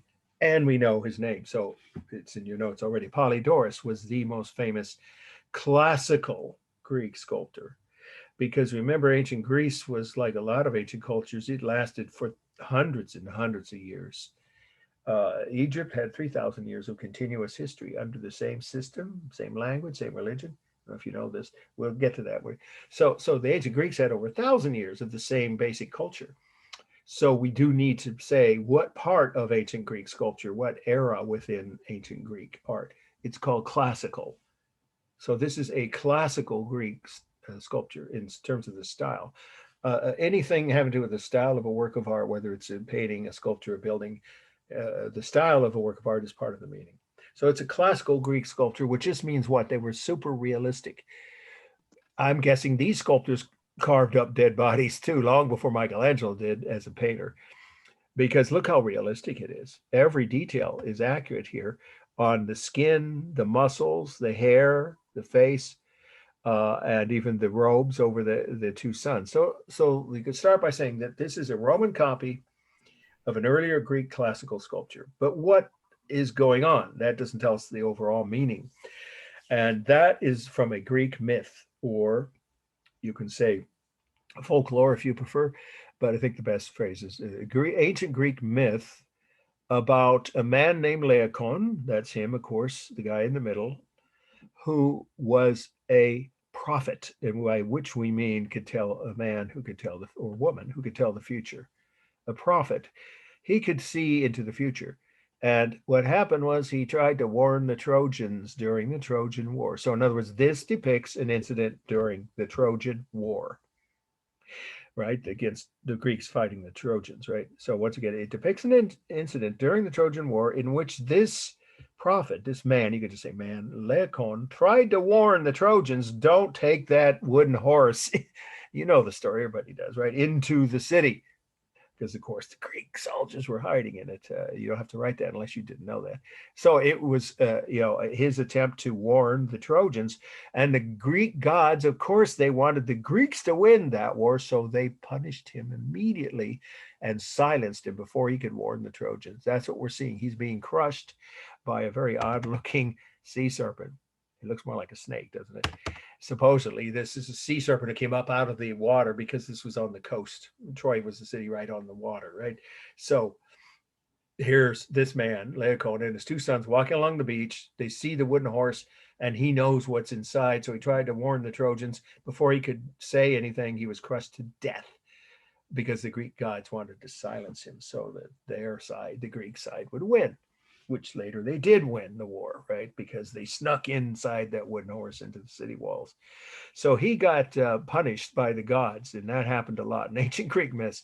But sadly for him, his pain isn't only physical. Of course, he's feeling the physical pain of being crushed and bitten both, right, by a sea serpent, supposedly, or sea snake. But his two sons died along with him as extra punishment. They were innocent. They weren't trying to do anything that the gods were upset about, but because they were with him, they got crushed to death too. So it's a multiple set of, tragedies that he incurred on his own family, himself and his sons. The physical pain and the emotional pain of watching his own sons die because of his breaking the rules. He was Greek, by the way. If it's not obvious, he should have not tried to help their enemies, but he did, and he died for it. So that's pretty much the whole meaning, except for one last fact. Where is this piece? You could mention it if it's on the midterm. It's in the Vatican. Now I'll go ahead and spell that for you if you didn't know how to spell it. Capital VATICAN. The Vatican, which is where the Pope lives. You can just say in the museums of the Vatican. It's in one of the Vatican museums. It's like on a staircase. And so obviously it's been protected, as a museum exhibit for centuries. It was found, I think, in the Renaissance after it was already very old and put inside the Vatican Museum, one of the museums. They have several museums. Okay, that's plenty on the meaning. Now, this piece, without my having to probably give you too much explanation, should be obvious to everyone, is dynamic. The only thing stable is where my cursor is, the base. That's original. This is not original. That's marble placed by the Vatican to support the piece, but everything from here on up is original. And so the base is the only stable part of this entire sculpture. Everything else is curved lines, isn't it? And what about the appearance of his muscles? We mentioned how realistic they are because classical Greek sculpture always used realistic detailing. Well, that's called simius, the next element of composition you should write about in your notes now. Simulated, that's S-I-M-U, not S-T-I-M. Simulated textures are when an artist uses either, in this case, carved stone, or in a painting or drawing, a paint or ink, to create the illusion of real textures. So how are the simulated textures created in sculpture? Always by carved line. The lines carved into his face, into his body, the muscles, right? And of course, on the robes, I guess they're robes or fabric that's draping over the shoulders of, well, at least one of his sons, and even on the snake, right, the snake's face. That's all done. That's simulated texture. It's done with carved line. You can see if you look now at the close-up that it got broken and it was found in pieces somewhere in Italy, I assume, or maybe off the coast of Italy, and restored before it was put on display. You don't have to write that part. So what the next element of composition here that we're looking at on this piece is called simulated texture, which in sculpture has always been done with carved line. You wouldn't paint, well, you could paint a sculpture, but that's rare. Usually the simulated texture is done, at least in Greek sculpture, with, the stone itself is carved. So carved line is used to create the simulated texture. And then we have the three sizes, or is it three? I think it's three different sizes. Those are called, this will be the only other element now of the 9 that we'll do on this slide. It's called mass or volume, but mass is the more common term. That means the relative size of the different parts of a work of art, whether it's the objects in a painting or drawing, or the parts of a sculpture or building. So the mass here, there's 3, all you have to write, remember, is to write the 3 largest masses. So what's the largest mass here? That should be obvious of the 3 figures. Leghorn, right? So that's what you'd say if you're writing about this, if it's on the midterm or you wrote a paper about it. You'd say the largest mass in this sculpture is the main figure, Laocoon, the father, in the middle. And then to me, this son is slightly larger, even though he should be about the same. I guess their heads are about the same height. Well, actually, yeah, he's standing further down. So at this point, I would say the second largest mass is one of Laocoon's sons, the one on our right as you look at the picture. And then the third largest mass would be the other son, the second son, which is on, of course, our left of Laocoon. So that's all you have to do when it comes to mass is identify, the 3 largest parts or objects in any work of art. It applies to building, sculpture, painting, drawing. Okay, let's pause for a second and see if there are any questions that anybody has about anything we just covered, the first 2 slides or any of those terms. It's still going to be a little, nebulous is a word I would use, or not 100% clear at this stage. If it is, I said already, you don't worry about that yet. It's quite early. It'll become more clear as we go. And I think after the illustrated lecture where I use a whiteboard to describe all those elements and give you examples, I think it'll be really clear by, well, certainly the 3rd week, how to look for each of these elements. But anybody have any questions before we move on to the 2 other remaining works that we're going to look at tonight for our, first lecture of slide lecture, I should say, of what is art? Anybody, any questions at all? All right, we'll move on. I think we have to go back depending on the order. I can't remember exactly where I put these. No, actually it's the other way. Yeah. Here we go. This one should get everyone's attention because everybody's heard of Vincent van Gogh and seen some of his paintings. I'm sure that by this stage in your lives, whether you're just now starting your college career or you've been, studying after high school or even in high school. My daughter was assigned to do imitations, isn't the word, versions of Van Gogh paintings in her art class in her junior year of high school. And a lot of students were, from what I've heard in the Bay Area. I think at Santa Rosa High that's part of the curriculum for many of the art classes. Okay, so what is the title of this one? Wheat Field with Cypress Trees. That's Cypress. Wheat Field with Cypress Trees. The artist named Van Gogh, I think everybody knows, right, is 2 words. Everyone knows how to spell Van Gogh with a capital V and Go with a capital G, right, G-O-G-H. Okay, the date is 1888. Well, there's quite a bit to say about the meaning of any Van Gogh painting. I'll just try to keep to the highlights, but some of you know these things or parts of the facts I'm about to tell you. So if you do, you don't necessarily have to write them. But if you don't, or it's not something you remember clearly, then you probably should write under the heading of meaning. Let's start with the fact that probably everybody knows, right? If you know anything at all about Van Gogh, he suffered quite a bit. So you could just say that he was born with 2 disabilities or inherited illnesses, you could say. One was epilepsy, which causes fits, uncontrollable fits at unexpected times that you can't control them. And the other was some people call bipolar. I prefer manic depression. They're pretty much synonymous. He had what you could either call manic depression or bipolar disease. That's 2 strikes against him. He was born with those conditions. And yet, look what he did to overcome them and produce some of the most beautiful images in the history of the human race. I mean, his paintings are popular all over the world. I can tell you, I've been to places you wouldn't think you'd see in a tiny village in Egypt, prints on people's mud huts of Van Gogh paintings. They know who he is there. And of course, that's not, a mainstream Western, right, type of connection, in small Muslim village in southern Egypt. I remember seeing, it was very impressive. I don't remember if they knew the name even of him, but they loved the images. Okay, so why was he so popular, and what did he try to say with his paintings? Well, he had a theory he called his own, one of many. He had many theories about his own artwork. And his style, this is part of the meaning, there's only one way to describe Van Gogh's painting style, the Van Gogh style. There is no other way to describe it. So in his Van Gogh style, his own style of painting, he had a couple of techniques that he always used on landscapes. This is clearly a landscape. And the first of those that you should write in your notes is his own color theory. Van Gogh had his own color theory, and it shows in this painting.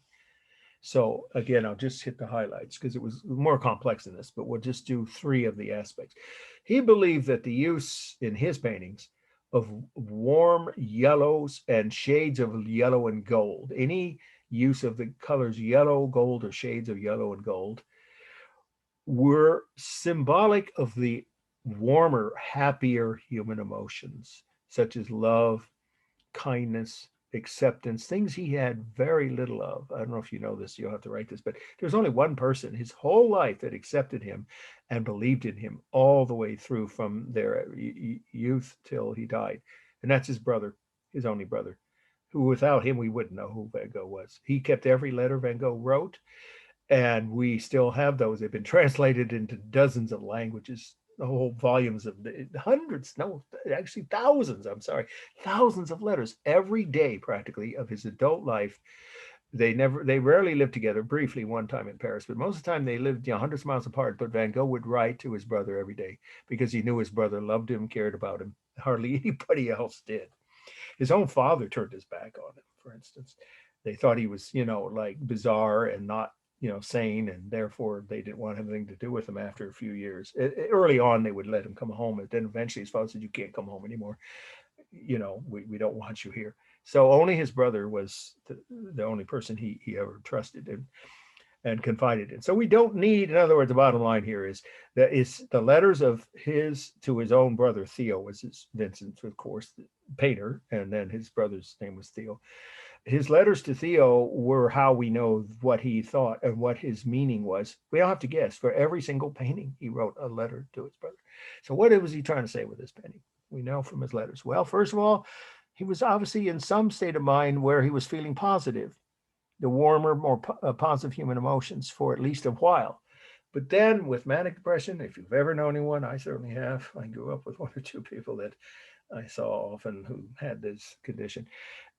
Sometimes you have this cycling where you right in the middle of a day, right, you start going to the upper or lower end of it. So he was probably having a cycle of his manic depression where the negative human emotions were symbolized in his painting by green and shades of green, dark or lighter green. And that's what the middle ground symbolizes here: the trees, the bushes and grass on the hillside. And the main objects in green, of course, are the 2 tallest pieces of the painting, the 2 cypress trees. So he must have been struggling with some aspect of his depression. Of course, we're talking about in his cycling of up and down cycles.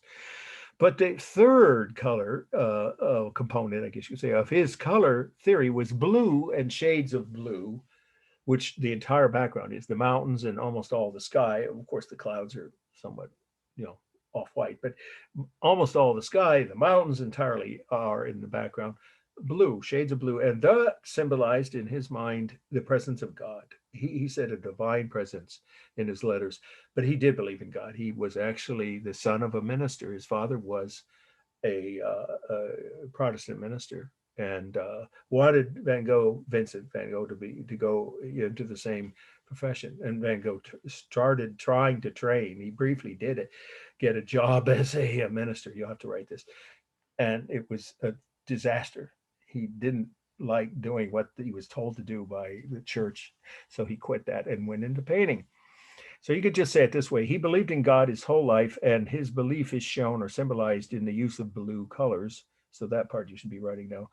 In this painting specifically, in the mountains and the sky, the background. So that's one of the two main things about his own style, or Van Gogh style. The other is some of the techniques he used. So let's get up close. He used bold outlines. These are part of the Van Gogh style. There's, again, no other way to label that. In his style, or Van Gogh style, he would use bold outlines combined with soft but realistic modeling. We haven't talked about modeling yet. Modeling is the use of contrasting areas of light and dark. I'll repeat this again when we go over them one by one with the definitions in front of you and my illustrations. But for now, if you just want to write what modeling is the use in a visual, a work of art of contrasting areas of light and dark to create the illusion of three dimensions. Well, where is the modeling here? It's everywhere. You see it here down on the bottom part of where there's shadows in the wheat field. Then the sun hits, there's the contrast, right? Shadow, sun. So that creates somewhat of an illusion of three dimensions, doesn't it, on the wheat? The cypress trees, especially, are obvious examples of modeling. The darker edges of them are contrasted with the lighter green in the middle. And then the mountains have modeling too. So I'll say it again. One of his techniques that were part of his Van Gogh style was the combination of bold outlines around the outer edge. And that's another element of composition we'll save for next week. Line. How can line be used? Let's save that for the next class. But here you can see what I'm talking about, right? Where my cursor is going. So bold outline he would use on the main objects, combined with soft but realistic modeling. So he would use modeling, but he would make it softer than, Renaissance realist paintings would have, like Michelangelo. So you see some of the modeling is present here in the bold outlines around the trees. And here, especially in the fields behind the wheat. So this is called the middle ground. You see bold outlines on a lot of these, these bushes, right? And some of even the grass itself, and definitely on the outer edges of the mountains. So bold outline combined with soft but realistic modeling was one of his techniques. And then finally, we have this very, obviously it's dynamic. The whole painting is dynamic. Nothing is straight. There's no straight lines in it, right? So the clouds are dynamic. Of course, they almost always are in real life, but they are what's called undulating. You could say swirling if you prefer. Swirling or undulating. I've had some students call it writhing with a W. That'd be okay, but I think a better way of saying his use of the dynamic, shape of many of his objects is an undulating. It creates an undulating or moving, right? The sense of movement. Even the trees, the mountains, the top of the mountains have an undulating, right, effect or swirling effect. The clouds definitely feel like they're swirling. You wouldn't say that about the mountains. So the tops of the mountains, they'll go up and down, as do the trees, right?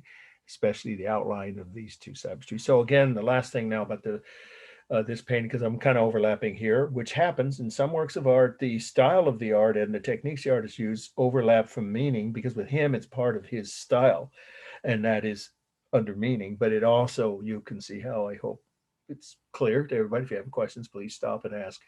That you can sometimes then take some of the same elements from the meaning and have those be part of the formal analysis, which is what I'm doing now. I hope that's clear to everybody. So what we see here is his effects, which create a completely dynamic composition.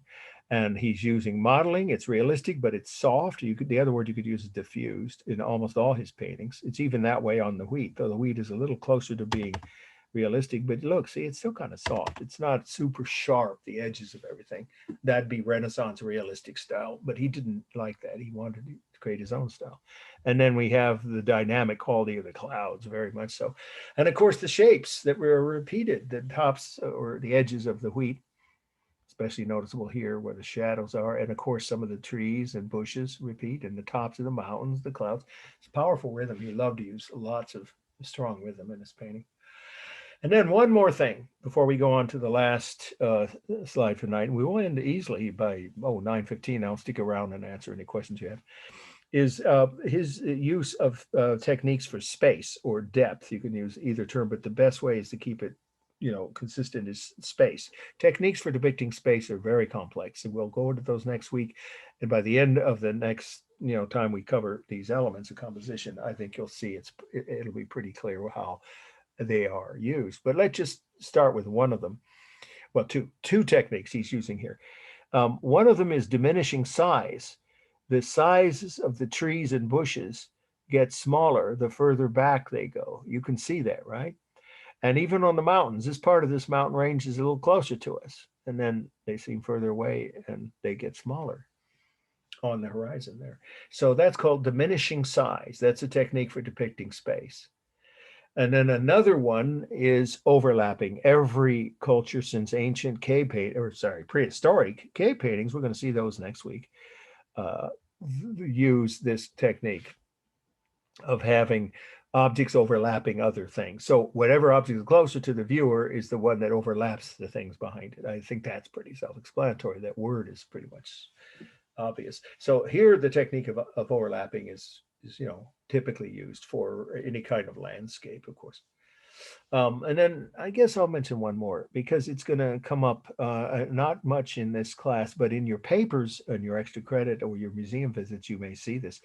When you have a technique called, the last thing to write about this, and we'll move on to the last slide, atmospheric, like the word atmosphere, PHERIC at the end, atmospheric perspective is when an artist shows that the objects furthest away from the viewer appear bluer and hazier. This is the only way to say it. When an artist uses this technique, he has the objects furthest away from the viewer, right, appear bluer and hazier than those objects closest to the viewer. And that should be obvious from this. Look at the blue hazy look on the mountains and even in the sky. That's called atmospheric perspective, and it is how humans see objects in the distance in the daytime. Of course, it only applies to color works of art in a daytime setting. Landscapes, obviously, it would apply to any realistic landscape. So even though this isn't super sharp, realistic Renaissance style, it does have a realistic technique for depicting space called atmospheric perspective, mostly visible on the mountains and to a lesser degree, I guess, in the sky. Okay, let's wrap it up with one more. And this is our last slide for tonight. Guggenheim Museum. That's GUGGENHEIM. The name of the person in the museum was paid for by, she donated it to the city of New York. I'll say who she was in a minute. Guggenheim Museum, 2 words. The architect, again, I said this earlier, the most famous architect in the history of the world. Everyone would agree now, I think, or most people would. He called himself that, the world's most famous architect. Wright, as in Frank Lloyd. You remember here, if we know the name of the artist, we only give you the last name. That's all you have to remember or use on the exam. Wright is WRIGHT. 1959. So what do we see here? This is how you should write about the meaning of any architectural slide or any piece of architecture, any kind of a structure, a building or site, whether it's a temple or what was the original purpose? What was that building built or designed for? What function? So here we go. The meaning of this, the first thing to write is it was built as and still today functions as a museum of modern art in Manhattan, which is the wealthiest part of New York City, right? The center, the heart of New York City, I think everybody knows, is Manhattan. So I'll say it again. It's A, not the, there's a bunch of museums of modern art throughout New York City. So it's a museum of modern art, or one of the museums of modern art in the heart of New York City, which is called Manhattan. And don't worry about the spelling of that. It has 2 T's. Manhattan. which is the wealthiest part of the city. Okay, well, that doesn't tell us much, except that the building is used as an art museum. What is more important even than that is why this building was considered to be an outrage, an insult, and ugly by the neighbors. They hated it. They didn't want it built, so they tried to stop it. We're talking about some of the wealthiest people in the United States, and certainly in New York City, who live in these multi-million-dollar condos now. I'm sure that building's probably still there, and they've converted every floor into some kind of penthouse, part condos. So the point is, these people were wealthy and powerful. The neighborhood it was built in is right across the street from Central Park. That's an important fact. And when we finish up with the meeting in a minute or two, you'll see why I say that. This was built in the heart of Manhattan, across the street from Central Park, in one of the wealthiest neighborhoods in New York City. And the people living in that neighborhood didn't want this museum there. They thought it was an insult to them. They were only accepting traditional architecture. You see that the buildings around it are all square, right angles. So how did Wright manage to beat that opposition? Because of who he was. That's an important part of the meeting. He was the world's most famous architect. His reputation overcame the opposition because the city government and the woman, her name was Peggy, you don't have to know her first name, but Guggenheim, it's named after the woman who donated the money and hired Wright to design. She was the first female billionaire, maybe in the world, but certainly in the US. Her family's still quite wealthy. I think she died like 15, 20 years ago. So this is one of many Guggenheim museums. They're all over the world, but it's the first one. And she donated the money and hired Wright. But that didn't mean that they were going to get it built. If the neighbors had, kept fighting this project in San Francisco, probably they would never have gotten built. But in New York at that time, Frank Lloyd Wright's reputation is why it was built, because he was the most famous architect in the world. And so he was able to overcome the opposition. That's an important detail about the meaning. And then the last thing is, what style is it about meaning here?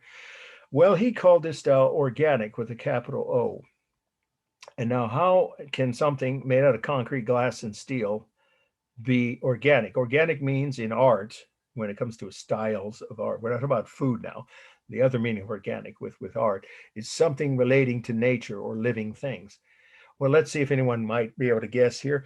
If you go into a park, any park, not just Central Park, but any large park, and walk across the grass after it rains in a warm month of the year, what are the kind of small creatures you might have to avoid or step on? Yes, exactly. Very good. This is what Wright said about the design, why he called this organic. He said, this is a giant concrete snail. There's the shell. Here's the body connecting it and the head.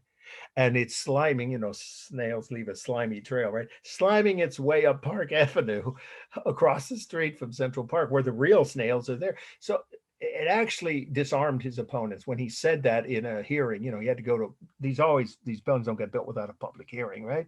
Any big public building, you have to have a hearing everywhere, in the US at least you do. So he had to defend it. And that's how he defended it. He said, it's based on the actual living creatures that you see every day in your neighborhood, snails. Now, maybe he made that up or maybe not, but it has a kind of a resemblance to a giant snail. So that's how he won that battle of wills between the neighborhood. Now, people who live there, I have friends who've, not recently, but years ago, who lived in that neighborhood, and I live 2 blocks from the Guggenheim. They're proud of it, but their parents maybe or grandparents wouldn't have been. Okay, let's wrap it up with a formal analysis here. And I'll take any questions anybody has. We'll just do 3 or 4 things. Well, let's start with, is it stable or dynamic? Well, that should be obvious. Do you see many straight lines here? Dynamic.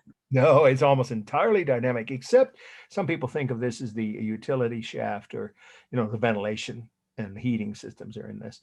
And Wright did design that. It's part of the building, but. Oh, the square that is right between the glasses?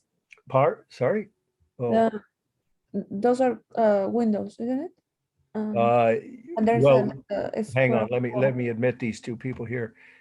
Good timing. Here we go. Okay. Hang on, I'll repeat your question. Sorry, I didn't quite hear. Oh, I was wondering if you say it's almost entirely dynamic because of the square that is between the windows. Oh, you're talking about just each individual window? No, this like concrete. Yes, that's what I'm talking about. That's the only thing that might be considered stable. But if you look closely, look how that bends down as a diagonal right to the top of it. To me, there isn't anything really stable about this except the very edges, maybe. Again, if you wanted to say that's the one part that's stable, it looks that way to anybody, I would accept that you'd get credit. But look at every other single part of the building, and of course, is what we're doing now. This is the gallery where the art is displayed. It's all painting and sculpture in this museum, and maybe some photos. And then we have the bottom two floors, which is where the offices of the staff are. And then we have the museums. All museums have this, the round rooms, I'm sorry, which every museum has one cafe and one gift shop. I don't know any art museum that doesn't have both. So he made everything curved. So it is almost entirely a dynamic composition. Okay. And what about textures? Well, in a building, textures are not simulated like they could be or are in a painting if it's a realistic painting or sculpture. So what are they? They're real. So here's how do you write about that. The textures here are real smooth concrete, right, on the walls, 3 textures, and real smooth metal, the framing of the windows, and real smooth glass. That's it. There's 3 real textures, all of which are smooth. So that's all you'd have to write if it's on the exam, you would say, or if you're writing about it in a paper. This building has 3 real textures on the exterior, real smooth concrete, real smooth glass, and real smooth metal. Okay, now what about the masses? Well, the largest section of the building is the gallery. It's 6 stories. If you count, carefully here, there's the ground floor, which has exhibits inside this whole area is the gallery area. And then the second floor, third, fourth, fifth, 6 stories. It's a pretty tall building. You don't have to know the exact dimensions when you're writing about the size of various things, just which is the largest part of the building. That would be the largest mass. Well, it's the gallery section, clearly. Then I would say it's the bottom 2 floors where the offices are. Like it's the body of the snail. And then the third largest masses are the 2 round rooms, the cafe and the gift shop.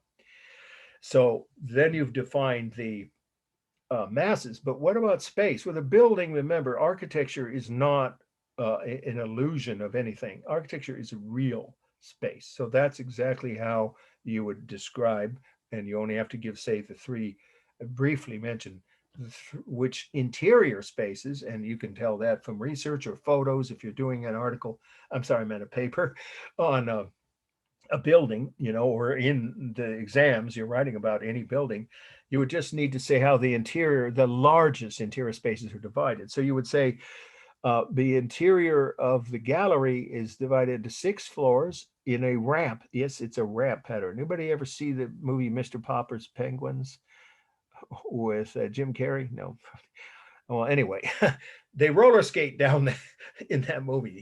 The character and his penguins get on roller skates, and they start here and they just keep going because it's the most unusual design of any museum ever. It's why the building was so radically different and so much opposed by the neighbors at first until they got used to it, and then now they love it. So here's how you'd write about the space. You'd say the largest space in this building is the gallery area, which is a 6-story ramp design with a skylight. You see that on the roof or at the top.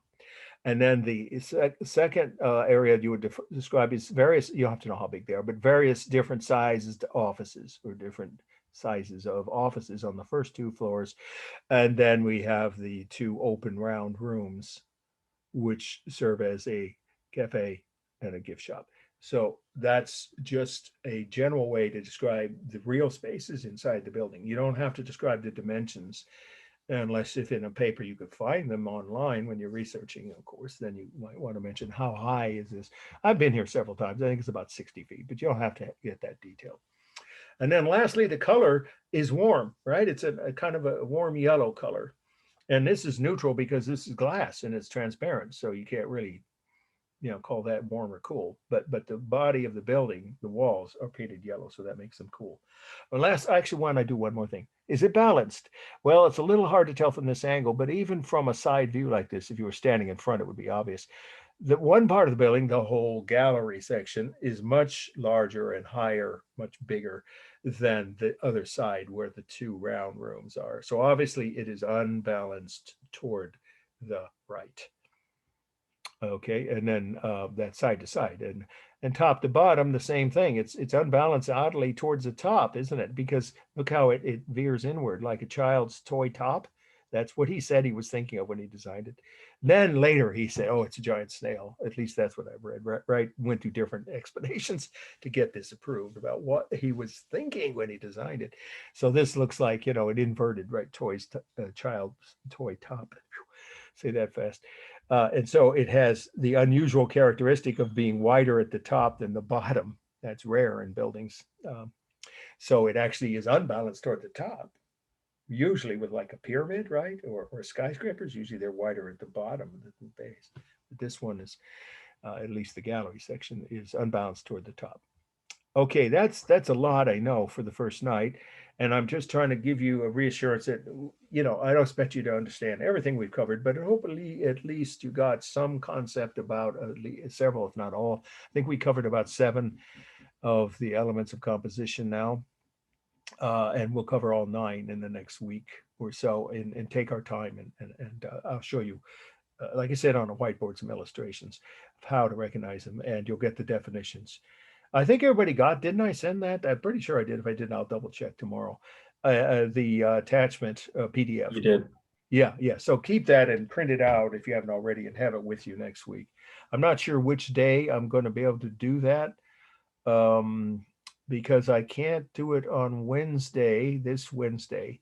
Next Monday, I might still be under the influence of, painkillers. So worst case, it'll be a week from Wednesday, but next week sometime, I will do the full lecture where I definitely take all the time you guys need me to, and ask all your questions you want. And by the end of that lecture, by the end of next week, you should be pretty clear on how to recognize the 9 elements of composition. And you don't have to worry about writing a paper for another 4 weeks after that. So you got plenty of time. Okay, now let's stop the sharing of the imagery and just allow you to ask any questions you might have about anything we covered tonight, or anything relating to the course that wasn't clear, or that you have thought of that I didn't discuss. I have Anybody? a question. Sure. What? So my question is that I didn't receive the syllabus yet, probably because I guess I did join a little bit later. Okay. And I'm just curious if that's where you're posting like the weekly readings. Yes. So here we go. For everyone's sake, because I said this at the beginning, but maybe you hadn't quite joined. Oh yeah, I emailed you for that. I already got that. Good. I just want to see, is that where the weekly readings are? Yes, it is. Okay, and the deadlines for the papers and the dates of the exams. All of it. I'm sorry you didn't have it already before, but it seems like you were able to take the notes at least. Yeah. I had those. Yeah, Thanks. it happens to a lot of people when they join, after I send something. It used to be, I was told that those things would stay posted, but now I know they go to your email, and sometimes they don't send them out like they should. It should be automatic, right? I mean, that's the internet, and the college has the control over that process. So I apologize in a way, indirectly, although it wasn't anything I did or didn't do that caused it. But yeah, you're going to get those from me tomorrow. Okay, you'll have this. Anybody who emails me at all tonight or tomorrow, try to do it before 5, if not sooner. If you're missing any of the first 4, now there's 4 handouts, so we just confirmed that. The 4th one being the 9 elements of composition. You want to have those, all 4 of those. So if you email me, you'll get them sent to you directly, and they will show up in your inbox in your regular email. I used to think they would come through your student portal, and I think I told you guys I was disabused of that incorrect assumption tonight by some of my students, including my own daughter, who's taking a science class right now here on her laptop in another room, of course. She said, oh, no, it doesn't appear in your student portal, or it could, but usually the way you see them is as an attachment. And of course, if you have Google, I'm sorry, not Google. Well, yeah, it is Google. Gmail, the attachment is going to look like a paperclip. Some people didn't get that, and they said, I didn't see the attachment in my afternoon class, and they were panicking. I said, no, it's there. You just have to click on the right icon. But you guys know that, right? Most people do.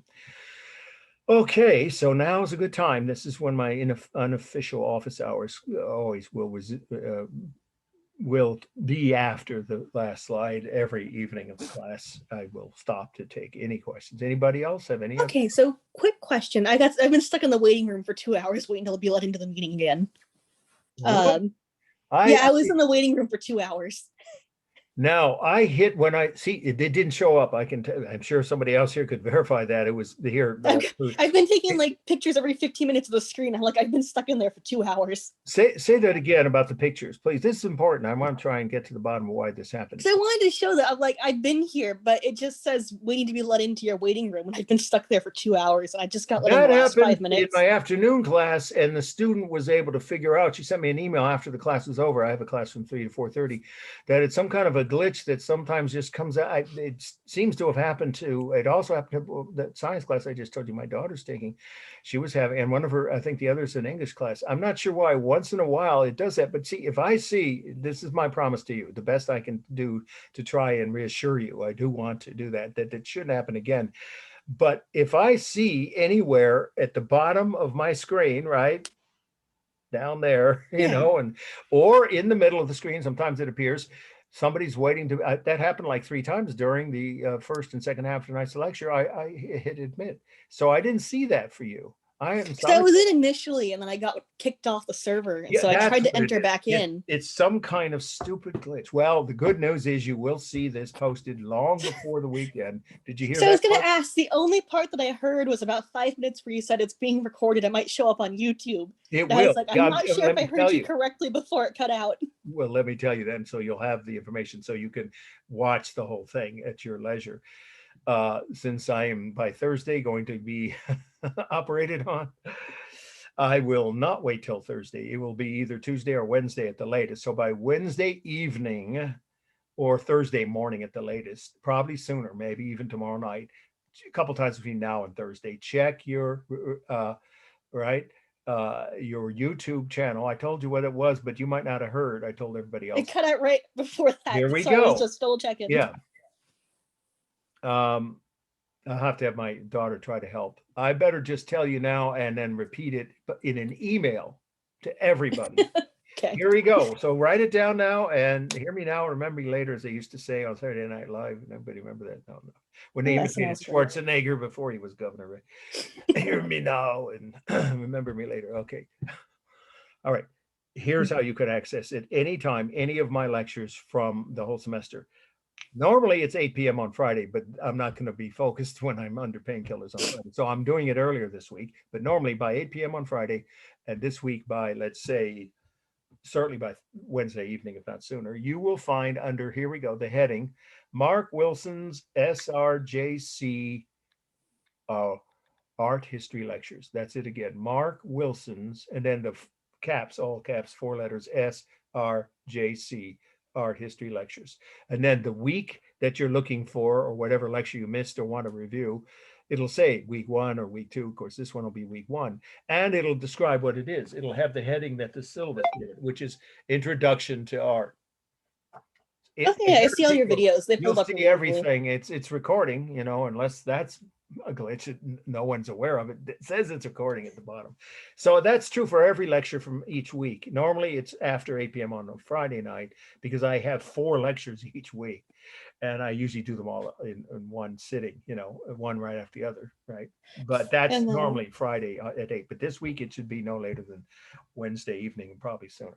So you'll be able to catch what you missed. Sorry about that. Of course. And I'm sorry for taking up so much time on this, but one more thing.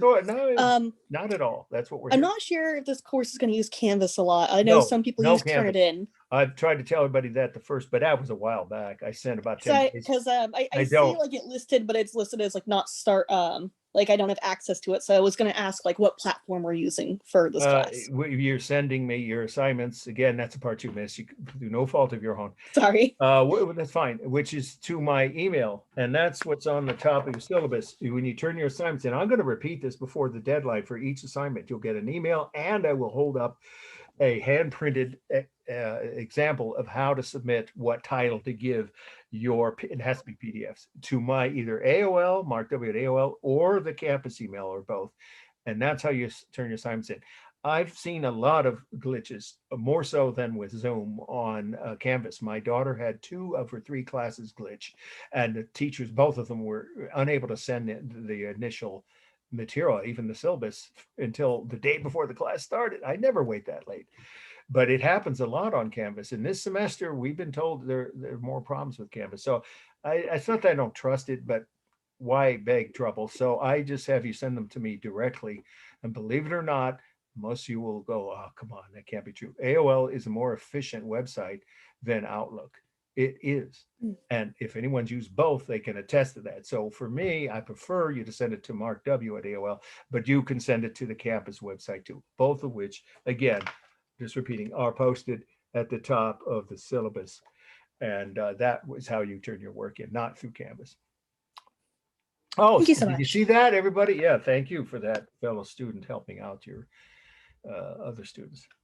Anybody else? Any other questions? That's what I'm here for now at the end of this, now, of course, it's just individual questions anyone has. I do have a question. Sure. What other classes are you teaching? What other classes? Yeah, I'm teaching the only in-person one on the main campuses. Wednesday night, it's a great class because it takes up where this one ends. It's world art from the Renaissance all the way to the 1900s. We cover Van Gogh in that class, and we cover the Romantic painters, and we cover world art in other parts of the world from the 16, 17, 1800s. My 1.2, it's called. one. And I also teach this class, the same class, but it's Western only. And for some people, that's easier because it doesn't go into other parts of the world. So there are less slides. Because my counselor helped me to enroll, but I think that I already take this class. Which class did you really want to take? Not this one? No, I think that I already took this class. I think that I might. Well, our 2.1 and 1.1 are very similar at the beginning. They're almost identical, but they change halfway through. 1.1, you will know this. Let me clarify. When you took a class like this before, did they cover ancient art in other parts of the world like Asia and Africa and Latin America? If they did, then you probably took the same course, but you should be able to find that from your own, transcripts, I hope. Yeah, I will check with my counselor because I already checked my other script, but I'm confused because I think it's the same.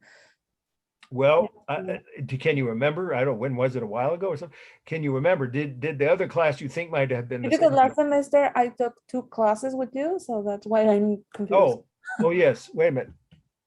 Sorry, give me your name again, because Jessica Rosales. oh yes, you took 2 classes. I don't think you took this one. In fact, I know you didn't, because 1.1 will cover a lot of new things after the midterm. So the good news for you is you probably don't need to take notes for the first few weeks. Yeah, that's what I was wondering. Like, then after the midterm, you will. Oh, okay. I'm glad, Jessica. Thank you. You were very, I like to say the word proactive, and that's helpful for you and other students in the last semester when you ask questions, good questions for everyone's sake. So everybody got that. In case you took 2.1, this is a different course. You get different credit for it. Oh, And yes. it counts. Yeah. I was so confused because I like. Sure. It starts out the same. Oh, okay. Because we cover, ancient Greece, Rome, and Egypt. Uh-huh, Those slides, you already have the notes, Jessica, so you probably I can. already have those notes. Yeah, but I appreciated your comment, so I'm just inviting you to thank you. add, and of course, do extra credit in the first few weeks, and then of course you will want to take the midterm. There'll be slightly different slides than the one you took before, and after that, it's a different course. Oh, okay, thank you. Okay, hope that helps. All right, any other questions? Let's see. Looks like we still have about a dozen people left, and I'm staying until I know everyone's had a chance to ask any question you might have. Anybody else? Well, it's 9:30 official end time, but of course that's not exactly necessary to run all the way up to 9:30 every night, but I will stay as long even after that if there are questions. One more time, anybody else? Any other questions? Don't forget you can email me in the time between classes. Sorry, was there a question? Yes. I just wanted to ask, I didn't know the link to get into the Zoom at the beginning of class, and I emailed you asking, and then you send me the ID. Yeah, the ID is what you need. That's what you need, the number, and then you enter that. You all have to have access to Zoom to take classes online here. That's college rule. And it's always gonna be the same meeting, right? You can use the same ID for. No, it's a different ID each night, and you'll get that sent to your email. Your regular. Oh, perfect. Okay. Yeah. And that's how you know. There's the number I enter for this night's class. It'll say ID, Zoom ID for tonight. And then it's always 11 digits. So you just carefully read the number and enter it, and then you are online. You should be able to get it.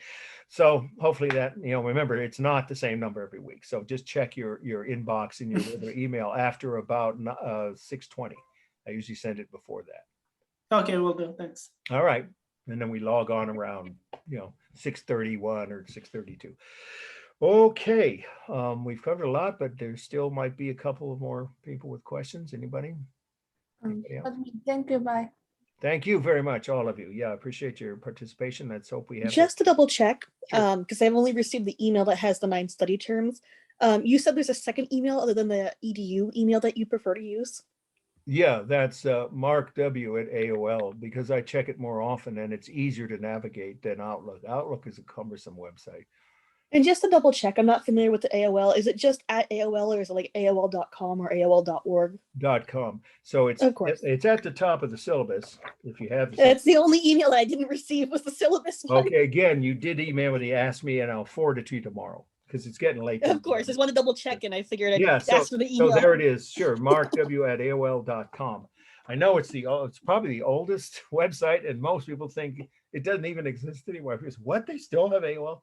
Yes, it's much easier for me to store, delete, and retrieve things than Outlook. I've had problems with Outlook, and I'm not the only teacher that said that. It's not just me. Obviously, I have a bias here, but I will accept your assignments on Outlook. Of course, it's the official website for the college, either or both. When you have time, you're ready to send your assignments, and I will send you an email to remind you, everybody, of these procedural things, the details. We covered the broad outlines in the first half tonight, and that will be posted again on YouTube. Everyone got that? By at the end of the evening at the latest Wednesday night. So by Thursday, you should be able to find that. But I'm going to go ahead and tell you, I'm not going to probably check my email for at least 48 hours after I get operated on my big toe. And then probably by Sunday, if not Saturday, perhaps I'll be able to start responding to emails, because I've been told very clearly by people who've been through the same, having a big toenail removed is not a picnic. You usually have to just take a few hours, a few days, 2 days, usually 3 at most, to get to where you can function somewhat again. Luckily, it's all online, so I don't have to drive anywhere, and that would have been a problem. I'd have to switch gears from online and in person to online, which is going to happen with my Wednesday class, and I'm going to tell them that on Wednesday night. Sorry. Okay, we're down to what? 2 more people. Anybody? Last question, last opportunities. Anybody else? All right, see you guys next week. Next Monday. I have a question. Sure. Oh, go ahead. Sure. I was gonna say, how would I be able to get the class notes? Will you take them yourself from the lecture? You were here for the lecture, or did you just sign in late? This is Alexis, right? No, I was here for the lecture, but I have the notes thing. Oh, you mean, I don't know how you do it on an online class. In person, you can have someone take the notes for you. I know how you can do it, I think. All right, this would be the right way. If you send me an email, hang on, is this I want to help out, and I don't want to wait till next week for you to have to wonder what's going to happen. If I think well, you tell me. It's a matter of privacy. So if you don't want me to do this, I won't. But the only way I can be sure that you could get someone to share their notes with you digitally, right, that they are taking, and forward them to you, is if I contact or ask people to do it. Now, I can do that in class next week live, or I can do it in an email to all of the students in the class. But you might not prefer the latter, because but that's about the only way I can think of to do it, because that's the only way to get someone to help you out and give you the notes. I cannot do that. It's a conflict of interest.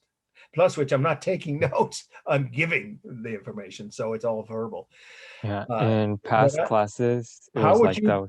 How would you prefer for me to ask someone in our class to help you by forwarding their notes to you? Do you want me to do it by an email to everybody, or do you want me to do it next week at the start of class so that you'll get those notes, and probably they could go back to the first lecture and give you them too? It's up to you. Do you have a preference? Yeah, for maybe just like ask for one person who can just email me after class, because that's Yeah, how that's what I I'll do it do. in my other classes. Yes, And that's if what I it's thought. possible So for, I'll do Mhm. that at the start. But if I do it by email, it becomes more, a little bit too much, personal information, I think, or potential for privacy issues. So if I can say it at the start of class, do you want me to just say for someone to collaborate with you, so I don't have to say that needs help with notes? Yeah, but you know what, students here, this. I hope you've been. Is this your first semester, no. Alexis? Oh, well, then students are not anything if not helpful and want to be. And I always did when I was in college. If someone needed help with notes, I would share my notes with them if I knew they needed that help. So I think it makes sense for me to do it at the start of the next class. But why don't you send me an email about that, reminding me, and then I will tape it to my laptop so I don't forget to ask that, or you can bring it up, but I don't think you should have to. I will be able to do that. And then how will they get in touch with you? That's the hard part. How do you do it? But I don't mind if the note taker emails me, that's fine. Yeah, but how will they get your email? Since I have your email, I think. Well, no, I don't yet, unless you sent me an email already. So I can have your email if you email me. And anyone who said I know how we do it. If they say they're willing to help you, I will get their email and forward yours to them after class, or maybe even at the break. Well, I don't usually have time at the break, but sometime it'll have to be next week though, because unless you want me to do everything by email, then everyone in the class will have the same request, and then they could forward. But that's not a good way to do it. I think it's best to do it like you just said. I will make the quick, specific request, and when someone says they're willing to do it, I get their email, and then I will forward. If you email me, don't forget to do that right after we sign off. I emailed you like before class about the code. Perfect. Okay, I'll have that in my inbox. I haven't had a chance to check my email in about 28 hours. I don't know if you heard me say I'm about to go in for minor surgery on Thursday, but this is next week. I will be able to focus on that, and that way it'll work. So by the end of next week, the second lecture, you'll get those notes from whoever is willing to collaborate, and I'm sure there'll be maybe more than one person. Okay. All right. Okay, yeah, that's fine, as long as like my name isn't said, like if it's not specified at the beginning for me, if that makes sense. Yes, I think it does. Like just yeah, it's for ask for note taker, but not like, oh, like, for Alexis not mention in your front of the name. whole God, class. we got you. Of course.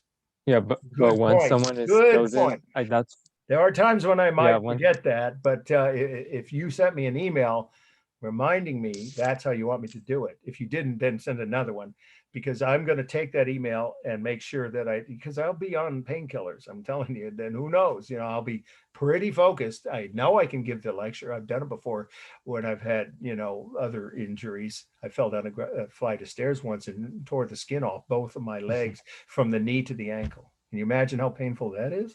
I still managed to give my lectures, but I might be a bit distracted. So what I was going to say, yes, don't worry, I'm not going to use your name. I will just say there's someone in the class who I need to, so please get in touch with me if you're willing to share your notes, and then I'll forward that to you. Okay. Yeah, but send me an email to remind me. So I will, yeah, it's hard to explain, but my laptop has a big wide bottom base area where I can stick sticky notes, and I'll put one there to remind me to say just what you asked exactly without giving your name. Okay. All right. And then it's fine if the note taker like knows my name. That's well, yeah, of course. That's one-to-one. Yeah, okay. Yeah, of course they almost have to, right? In order to send you. Yeah. I thought you meant like from you to me. I won't say it in class. That'll work. All right. Well, we've had a long evening, but I hope we got a lot done, and at least you have some idea what the class is going to cover. And next week, then we'll take care of that too. All right. Yeah, I think I fell behind in the notes already but today. you'll get the notes to catch up. And then, of course, this lecture is going to be posted, but that's just for your verbal review, since you still need the help with the notes. I understand that. All right. Good night. Okay, thank you. Good night. You're welcome. Bye.